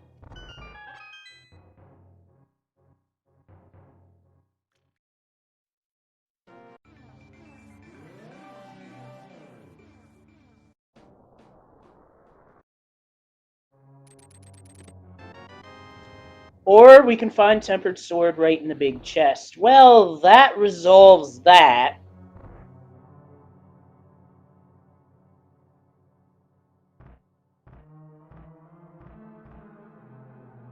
So I guess we're not going to need to worry about that sword in desert after all, as the difference between Tempered and Gold Sword isn't nearly as noticeable compared to Master and Tempered.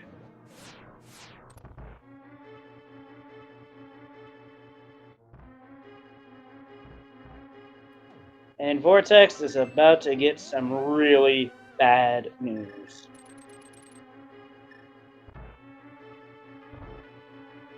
And just mirrors out.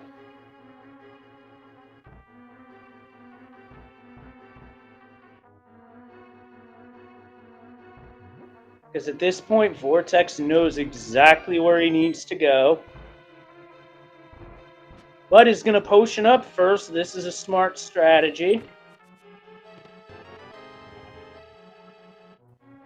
And game, it's a bit late for that Misery Meyer Small, just saying.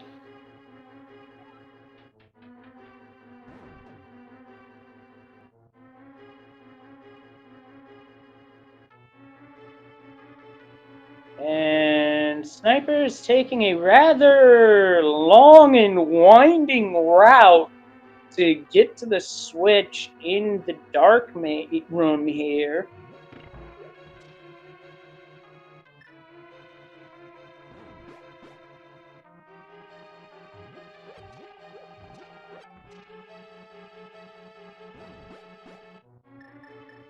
Yes, both runners did sit, kid. It was just a piece of heart.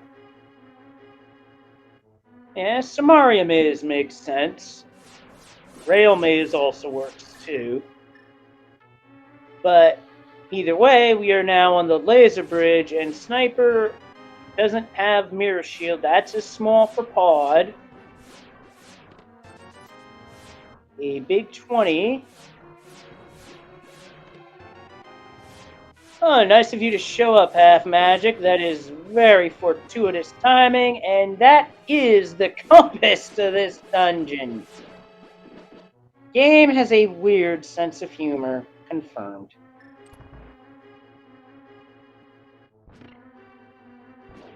Now Vortex is coming back into Turtle Rock as Sniper is approaching Trinex. Rather was as he gets bopped by the pokey.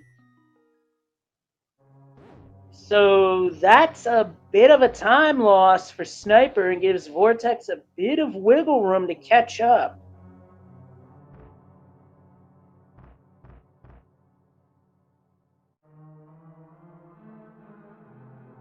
And I agree, and our tracker brings up a point. If you have to do all of laser, take the safety door, because the safety door actually saves time versus having to redo more of the dungeon.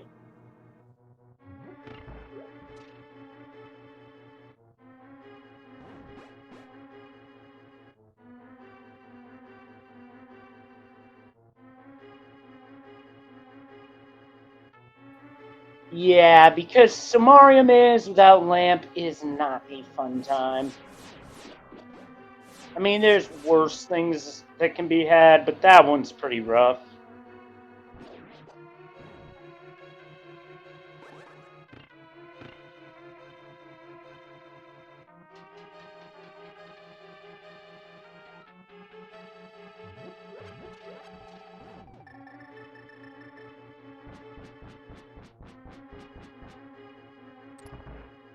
So here's Trinex.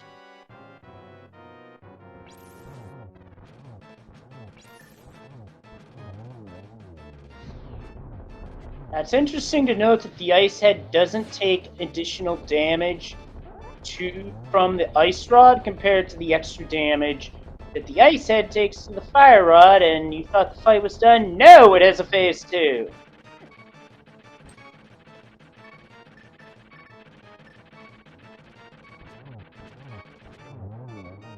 And Sniper plays the safe strat and pulls out the cape to finish off the boss, which makes a lot of sense. And that's bombs, so Big Bomb is what it's up to now, I guess.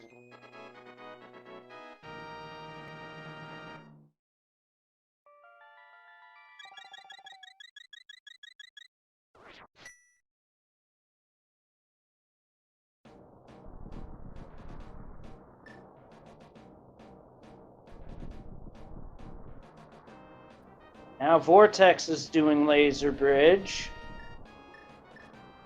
We'll be picking up Half Magic, and the next chest is going to be the compass to this dungeon. And Sniper is heading over to Spike Cave. This could still be what we're after here, so if not this, then Big Bomb for sure.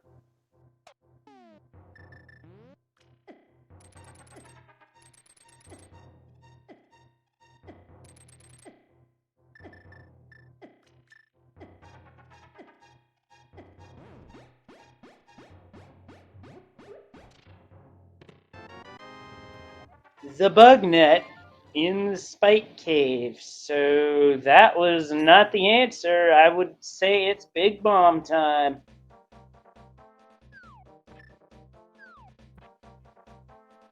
And our tracker points out no one's going back to swamp for big chests, so that could also be a thing. And thanks for the raid, Magnet Hands. This flag set you see today, all dungeon keys without castle tower keys, will be a flag set in the upcoming A Link to the Past Randomizer League Season 4. Yeah, that was likely a misfire.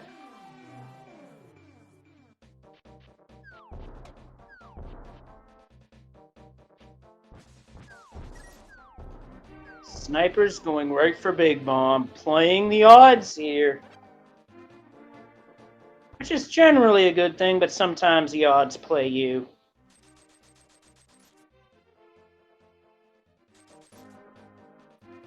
Vortex in a bit of a tough spot here.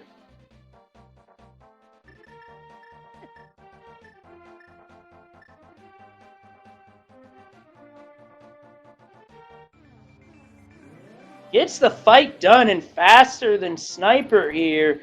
So a bit of time being made up here and there. We could still have ourselves a race yet. It all depends on where that pod big is, and then it comes down to execution because we have the Ganon's tower big.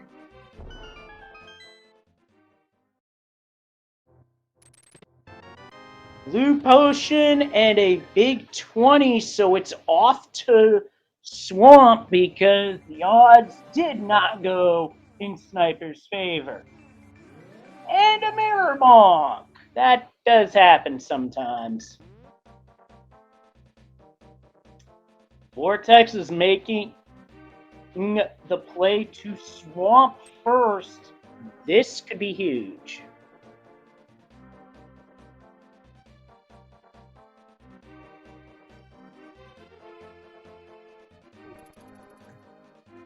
Yeah, I was thinking, yep, Big Bomb 2, and Vortex is making that play to Big Bomb. I'm right.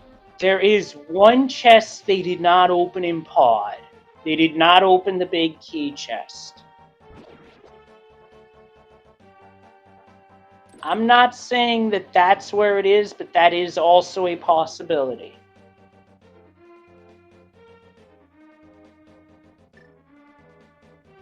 That would be just truly disgusting.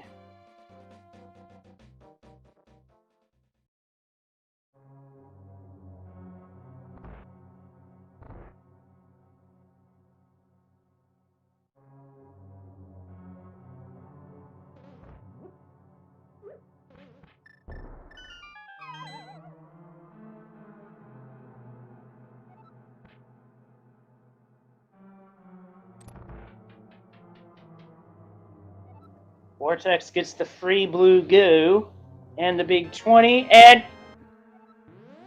the big key is vanilla! That is go mode for Radical Sniper!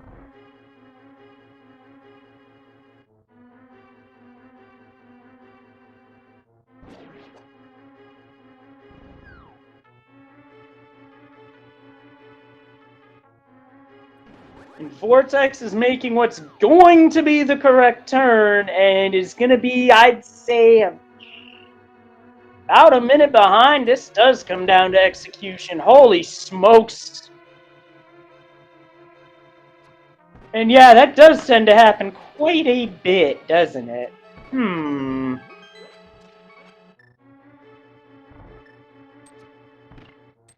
Still, that's evil. Sniper takes a drink of potion.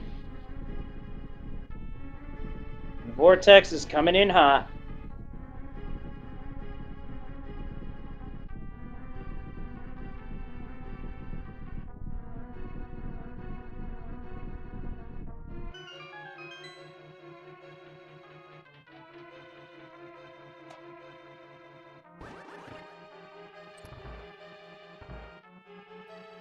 Yeah, something tells me tables are going to get flipped over that one.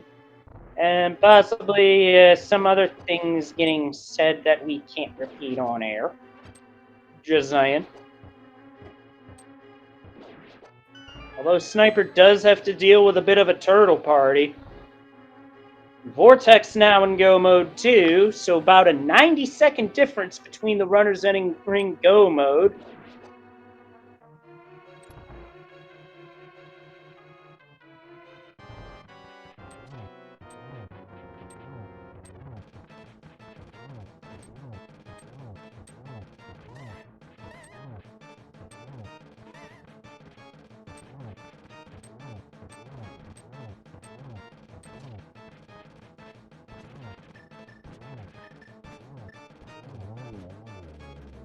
And with that, Helmasaur King is down. That is the final of the 7 bosses.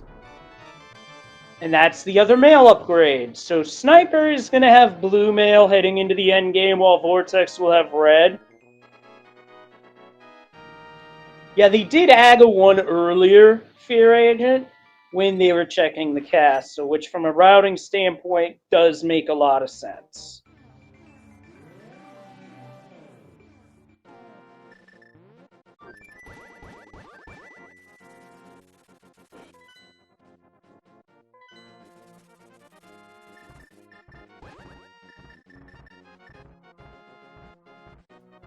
So now Sniper is climbing Death Mountain for one final time. The only things really outstanding that could potentially speed this up, other than boots, would be silver arrows. Which, at this point, if the silvers aren't in the tower, they're probably hiding at either Bonk Rocks or King's Tomb, the 2 overworld locations we did not look at in this seed. Or the Swamp Big, that is also true. Because nobody went back for it. Do I blame them? No, that would have been a long trek for one item.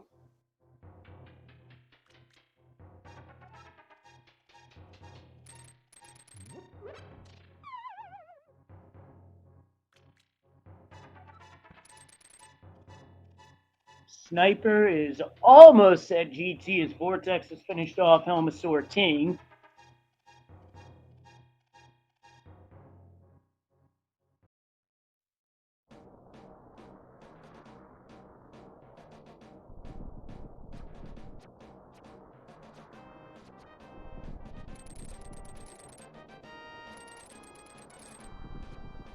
Sniper with the dodges of the Lionel Blast. And here we go. The tower opens, and now Sniper just has to make the climb.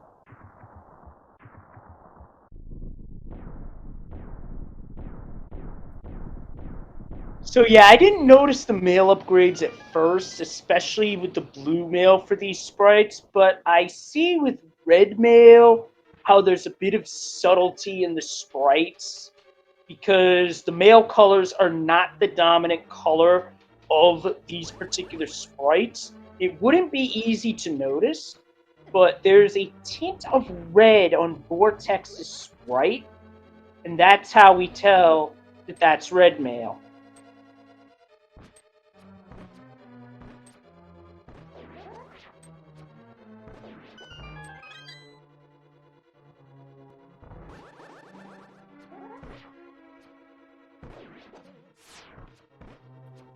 Just missed with that arrow, and he missed it by that much. Meanwhile, here comes Vortex to GT.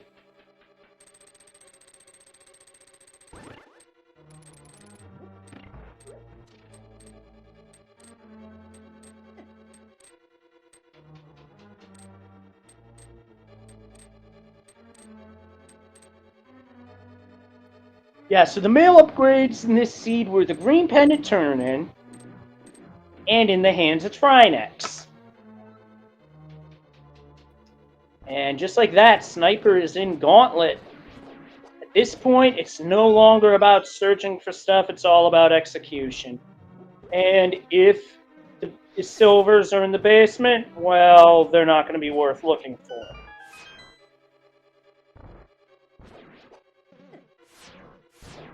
But could they still be in the last 4 checks upstairs? Absolutely. Vortex with a very aggressive strat here, going right after the red mimics, which for those of you familiar with the series, the mimics of this game are designed after the gorillas from Zelda 1.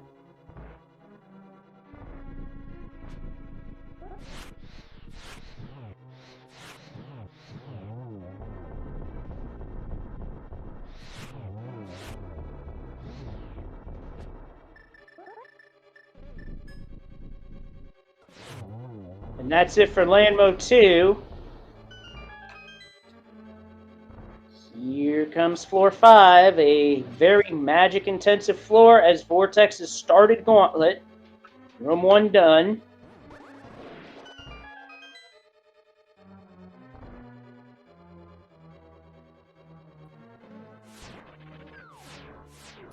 And a Moblin takes a spill.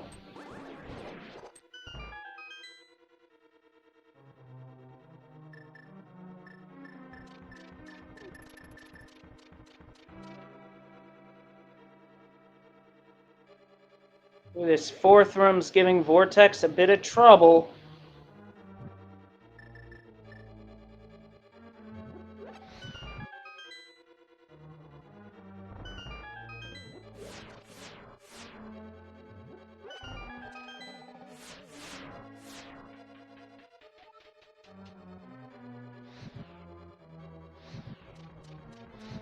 And Land Mode 2 is down in one fewer cycle on Vortex's side, and Sniper is not checking anything in the first mini Helma room. Ooh, the bomb landed off the conveyor. That's a little unfortunate.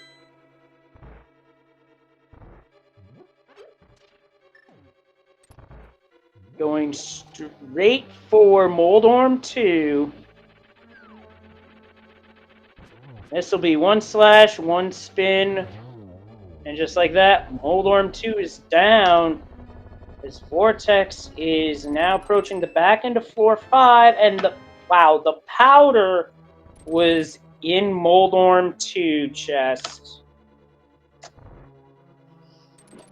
Wow. This seed. Just saying.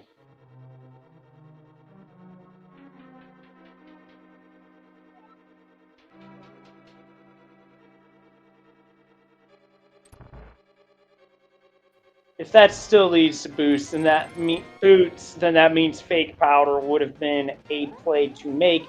Now we get Aga 2, and not the best of patterns, admittedly. Especially with a blue ball thrown in.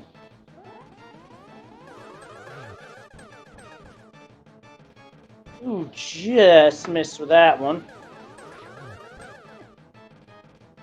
And they're so off sync that Aghanim's dodging shots. Like, suddenly he's got moves like... Never mind. Suddenly he's got the moves that allow him to dodge. Since when was Aghanim a ninja anyway? And there's the powder for Vortex, and now Sniper heading towards the final fight. This is going to be close because it now comes down to Ganon execution. Vortex opting for the cape, but exits the cape a little bit closer. Yep, that's what I was going for. But then I was, wait a minute, I don't think that song is universally liked. There's still a few folks I know who don't like it, so whatever. And Ganon's hungry. He ain't the only one, though.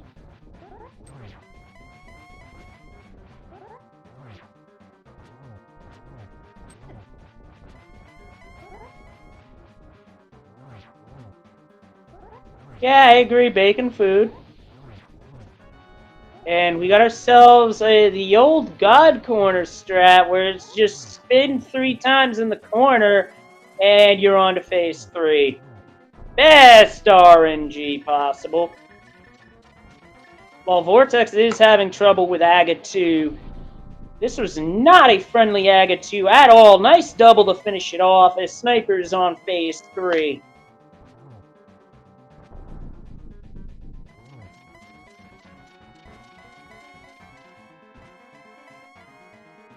Yes, that quote is a reference to Zelda 1 from First Quest 7 and 2 spots in Second Quest.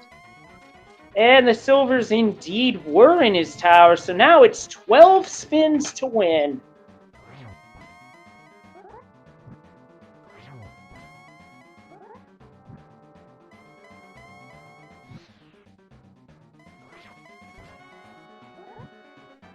Looks to have just missed on that triple.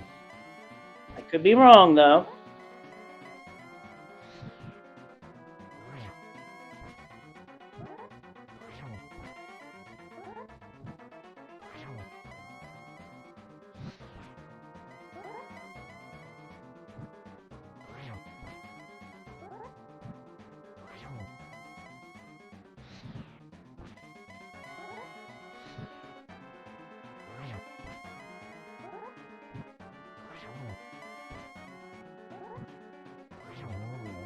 And with that last hit, down goes Ganon. We got Bacon. Get your GGs in chat for Sniper, who's just got to cross one final bridge.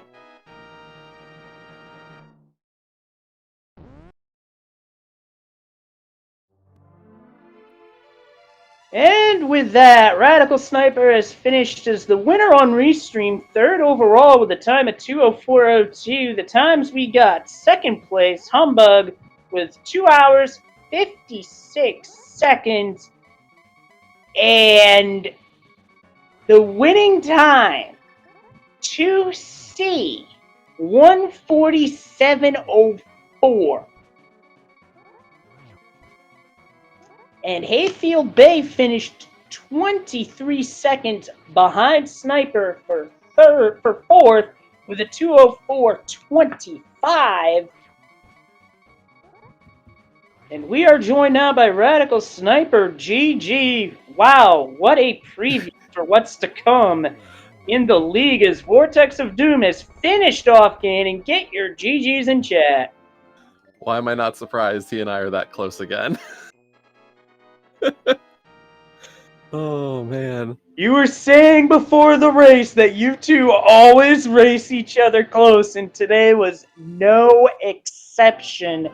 And Vortex of Doom has finished with a time of 2:05:59. That is second on Restream, fifth overall. Wow, what a run. And now Vortex of Doom also in the booth. GG. Wow, that was close between you two the whole way. GG. GG. That mirror out of Laser Bridge definitely cost it. I'll take my mirror accident in desert and my death in back of TR.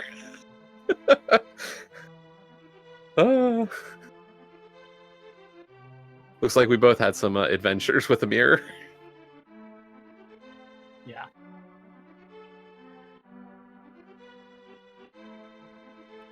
Yeah, the adventure wasn't just with the mirror, no. The adventure was with the routing, as your routing was very similar with a glaring difference early based off of starting point. And for a while, that starting point selection was actually the difference between you two. But then the diversion hit, and the big point was Sniper coming up with Hammer first in Meyer. That was a disgusting place for that, admittedly.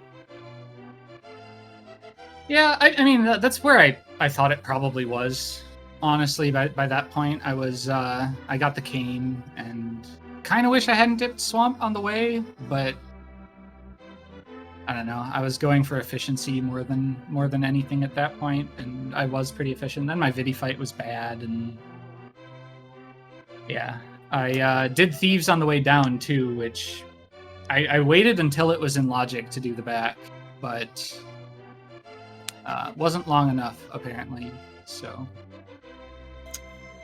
Yeah, no, I can see that. I was concerned when I got the hammer and hadn't done back of Thieves and got Thieves big soon after. I was like, if somebody dips pod without, and oh gets, gosh, you and did. gets Oof. What? Okay. Just did you single dip pod?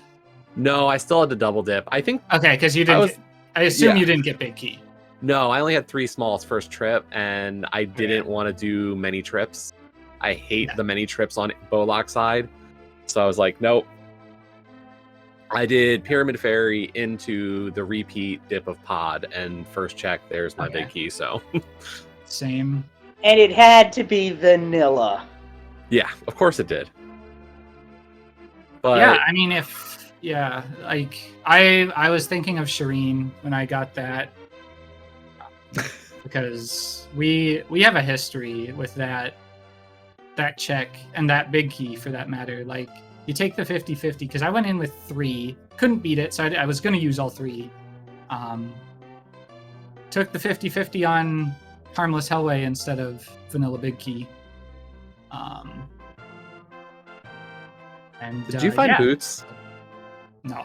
Okay. Nobody found Boots. They have to be based off of how things went. If they're not in the Swamp Palace big chest, which nobody went to, then they were in GT. Yeah, the what brought me back to Meyer was getting the Desert Small off a Bombos tablet, to be honest, because I was like, I can go beat Landmo and I can go beat Vidi, and those were like the only 2 checks there, besides I think Desert Big Chest, and then get Did Desert you steal the Small. key? No. Oh. I just didn't want to go back just for that. Well, you said there were those were the only 2 checks there. Before I got Desert Small. Oh, okay. As soon as I got Desert Small, I was going to like, go back. Oh, we're going back. As soon as I finished Bombos Tablet, whether or not that was Desert Small, but like, because that was like the clear next step. I thought it was like, in logic, Meyer was going to be done at that point. And my other options were like Hammerless Ice, or that's pretty much, or the North Dark World stuff that I hadn't done.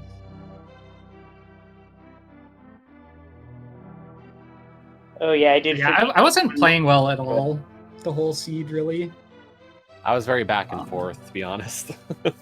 I had moments where I was like, oh yeah, this is about how I'd want to play today, and then others I'd be like, ugh. One thing that I thought was hilarious, I almost dipped Fireless Meyer instead of doing Old Man, because I put off Old Man the first time I fluted to the mountain. I traditionally do that as well. I don't like doing Old Man without something for sight, and I don't like Hookshot as a sight element. I had like 3 bombs, and yeah, Hookshot is really slow. Yeah. If you have to use it more than a couple times. So I had like Bolus Eastern with no. I think I got the big key. Bolus Eastern, Fireless Meyer, or like Front of Escape and stuff, and I really, really wanted to hold off on Front of Escape until I could do Aga. So I was like, well, let's just turn in Old Man. It's not going to get much faster. And then it got a bow, and then everything fell into place for a little while after that. Yeah. But,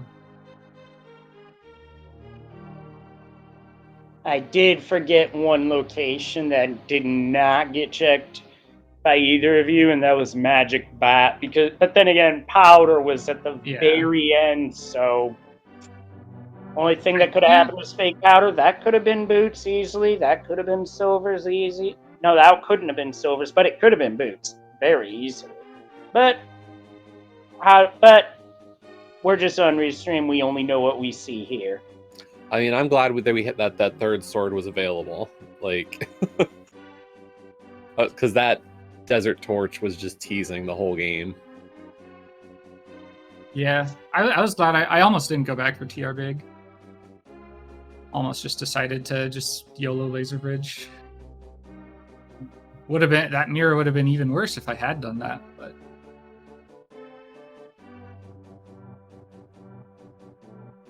Yeah, that sword on the Torch in Desert, that was a mean tease. Because at the time, first time we see it was Master Sword, and I'm like, game, really? You're going to do this? But no, it was just being a bit of a tease there, nothing serious.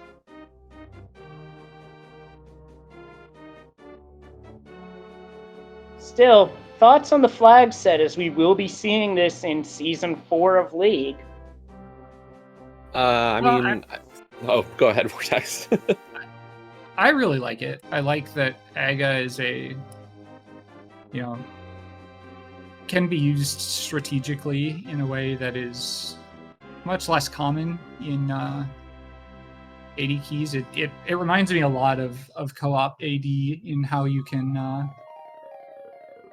use it to get over to East Dark World earlier, and it's really cool. I also do like playing just straight AD keys a lot, but yeah, no, I'm looking forward to it for me. I was gonna say probably the same. I mean, I probably prefer just regular old AD keys, just for the. I kind of like the gamble element of Aga Tower in some regards, and the two items there. I think I agree with a lot of people in disliking the extra ice rod hunts, but I think that's a fun piece of playing this mode, and I could play either. I think AD keys is always a fun mode to play anyway. Well, it certainly looked like a lot of fun from this end, that's for sure. Well, one thing I was thinking about was I almost did Hammer Pegs and Thieves Big before going up to TR. Just because I was still looking for like 4 things, and I was like, if any of those, like even if the rest are in TR and like I can get all the way through to Laser Ridge, if like Ice Rod is there, or if Pod Big is there, or GT Big, that could be a real game changer. And I don't know, I felt pretty bad going right back to it after, as soon as the portal was dead, but because I did save a portal on Spiral Cave just in case the shovel was it, but Interesting. I can't remember where shovel was. Was it in TR? Yeah, cold. Yeah, it was a Yeah, frozen shovel. It was on Cold Stair. Because I had my entrance at Mimic Cave, and I decided that I would let's just move a little, just in case we can save like a minute or 2 if it's there. Because I wasn't gonna rush the shovel, because everything else there was kind of dead, and I didn't have boots, so.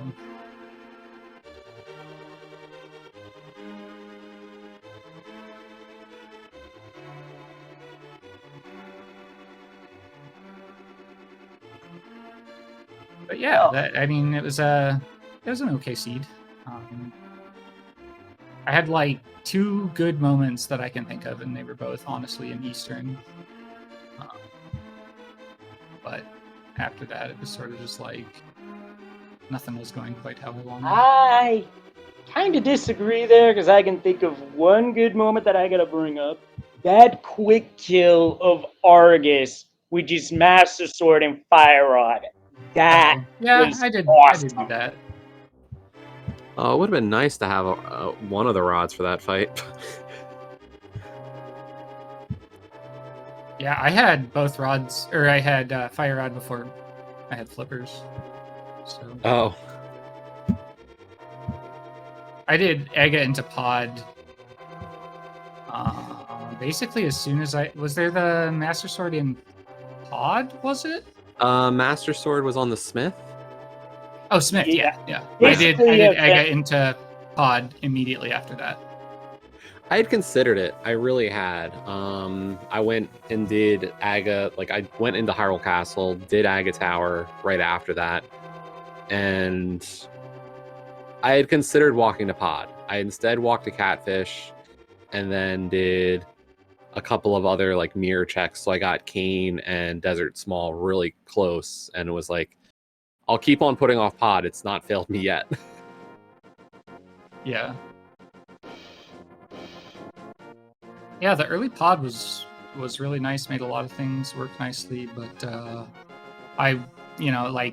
if you have the Thieves Big, Thieves Small in logic as you're walking past to do Purple Chest, Cave 45, that stuff, I don't know how you don't do Thieves there. You already have Skullwoods done. So I feel lucky that I wasn't in that situation. Not having that temptation would have definitely been a plus. But on the other hand, I didn't ever I didn't orphan Hera big, which I assume you probably did. Where was Hera big again? I think it was Dark Maze of Pod. No, I got that first trip. Dark Mesopod. Oh, so you did that before Hera, though. Yeah. Okay. Yeah, there were a fair number of things that I was like Fire Rod was like Fire Rod was Woods back, done, right? and- That was Yeah, 4 Fire key Rod. locks, so Yeah, back of pod, above the Dark Maze. yeah. Okay. So I had been thinking about it. I was like, okay, where are my keys to make this in Logic? I had 3, and then the last one was just in Hera. So I basically assumed it was practically in Logic Oh already. yeah, no, I assumed it was. I just was kind of like, So where's that 4th one to make it so?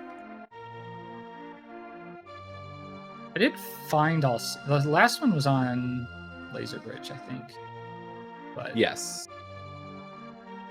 Because the 4th one I got was Ice Palace, and I was like, I don't know, Bombos, and the Fire Rod was 4 key lock, so where's the 4th to make this all work? And then I found it in here, and I was like, okay, we're good.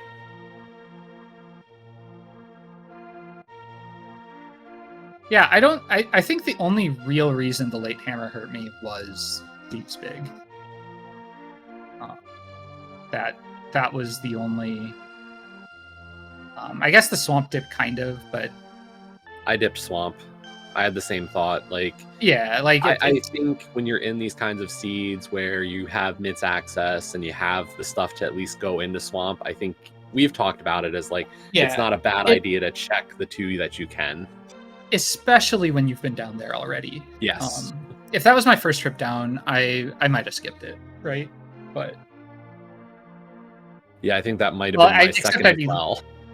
Less likely to skip it if I didn't have like the small key or anything to, waste that little bit more time. But I don't know, like that was like a minute-ish, maybe a tiny bit more, but that thieves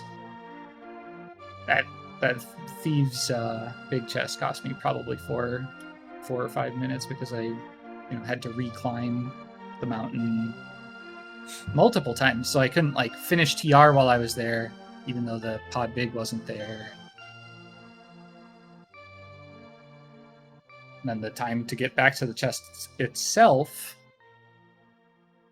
the extra trip to the village and everything. So that was the only real thing it cost me. I didn't like dip ice or I didn't like you even went to pod the first time with hammer and still had to double dip it. Yeah, which I think most people probably would this seed. Yeah, I don't see a great way to go in there with at least a 4th. And well, I think if you get your hammer and you go like swamp into ice or ice in, like you do a couple other things first and you go in with 4. I think the 4th one though was Hera, so you'd have to do a mountain trip for that 4th. So because the other 2 were fire locked, I think. Yeah, like logically yes, but I think it'd be like regardless of where you got it, like ice or Hera, it would have been fairly reasonable to go in with 4 and maybe take a death warp from Dark Maze and just scum big key chest. I have done that going in with 4, especially when I can full clear otherwise. Or like when I I'll have 1 key and then when I get the big key, I'm just done.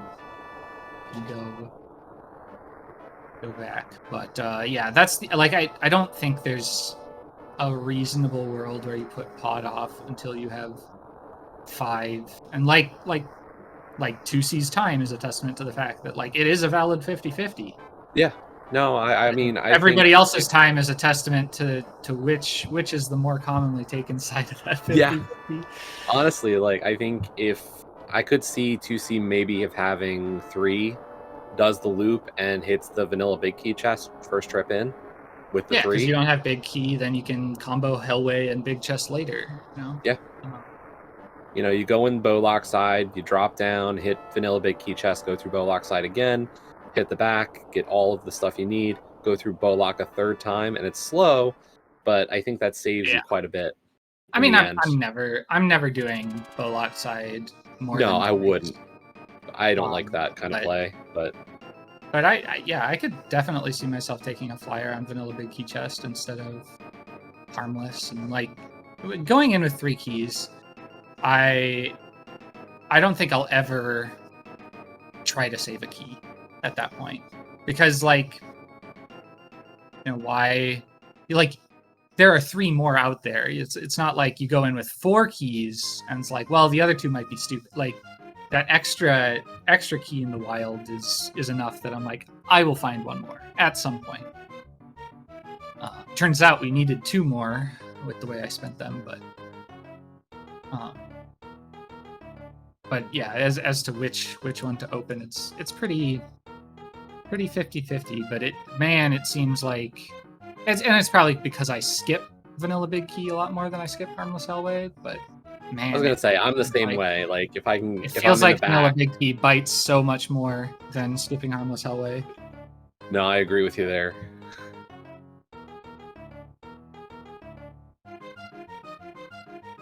Yeah, going through Harmless Hellway just sets up hammering up so nicely that I don't know if I'll ever stop doing it. And that's pretty much the same reason I go with it.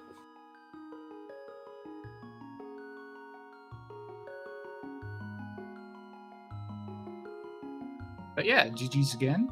Yeah, GG. Said in the race before, like always close. Yeah. Yeah.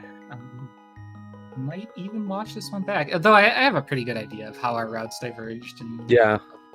like all the where you saved time, even with your mistakes. Like I think our mistakes kind of Balanced in a sense. Yeah, balance at least. Something some tells of me it. you got mirror a lot sooner than I did.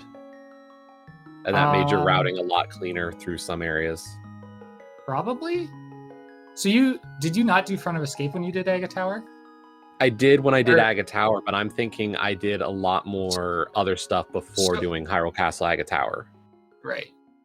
Because I was like, I guess I had Fire, but I was like, I don't have Meyer Big or Samaria. I don't really want to do Meyer yet. Yeah, because I dipped Meyer before doing Aga Tower stuff. The hilarious thing was that the Meyer dip was required logically for the mirror. Because the mushroom Yes. in the chest. And I got the mirror and I had a death warp set up. And I was at half a heart and I was gonna do the Aga Tower climb, so I was like, well, I had to take it. I did the same thing. I got the mirror and I'm like, thanks, game. Thank you. We're still taking a death warp. But yeah, I was happy enough with the Desert Big, and I was like, well, that's something Shireen would have missed. Unless he dipped Meyer, but I think the Aga Tower play when I did it was pretty solid. I mean, I ended up doing everything anyway, so it wasn't a huge save.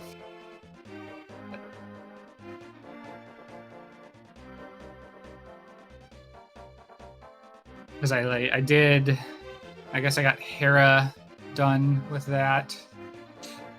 I did Hera before Meyer, and I dipped Meyer, and then I had sort of ran out of stuff to do, so I did Thieves, and then I got the Skull Big, and I was like, well, that's literally my only thing up there, so I went back and did that before taking the Purple Chest down.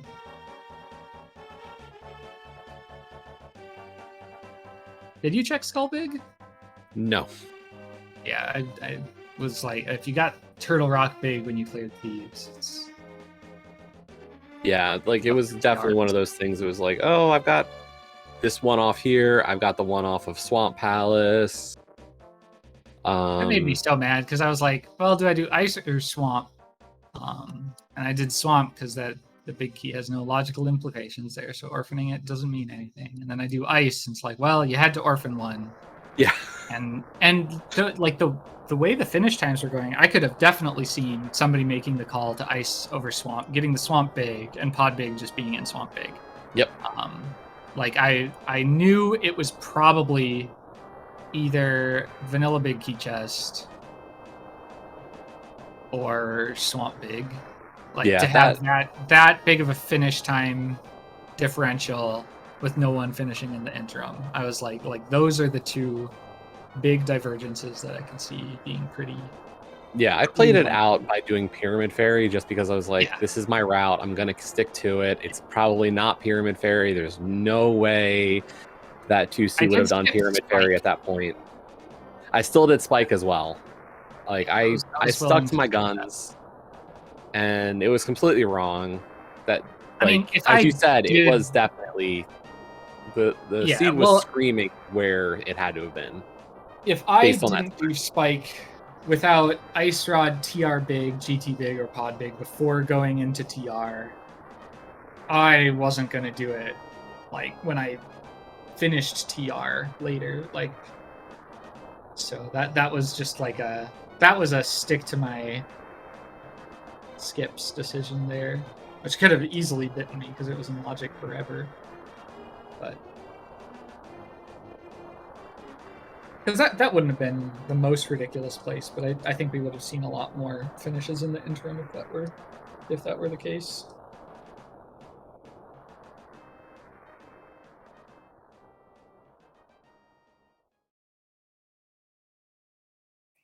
Well, GG to both of you. That was quite the entertaining race with a lot of entertainment value to be had for sure, and it will make for a very nice watch back for sure. Yeah, thanks for having me on the restream. Thank you for comms and tracking today. It looks like it was a skeleton crew a bit tonight or today, so thank you to both of you for doing all this. It was our pleasure, and it was a lot of fun too.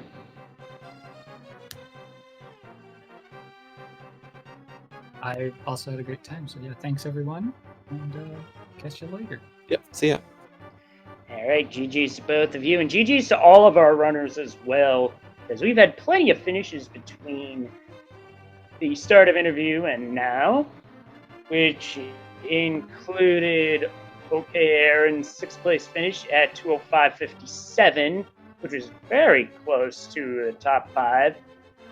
This is one example. And feel free to follow our runners, the true star of the show, Radical Sniper, who also does commentary on these from time to time, as well as Vortex of Doom. They put on a heck of a show for both of us.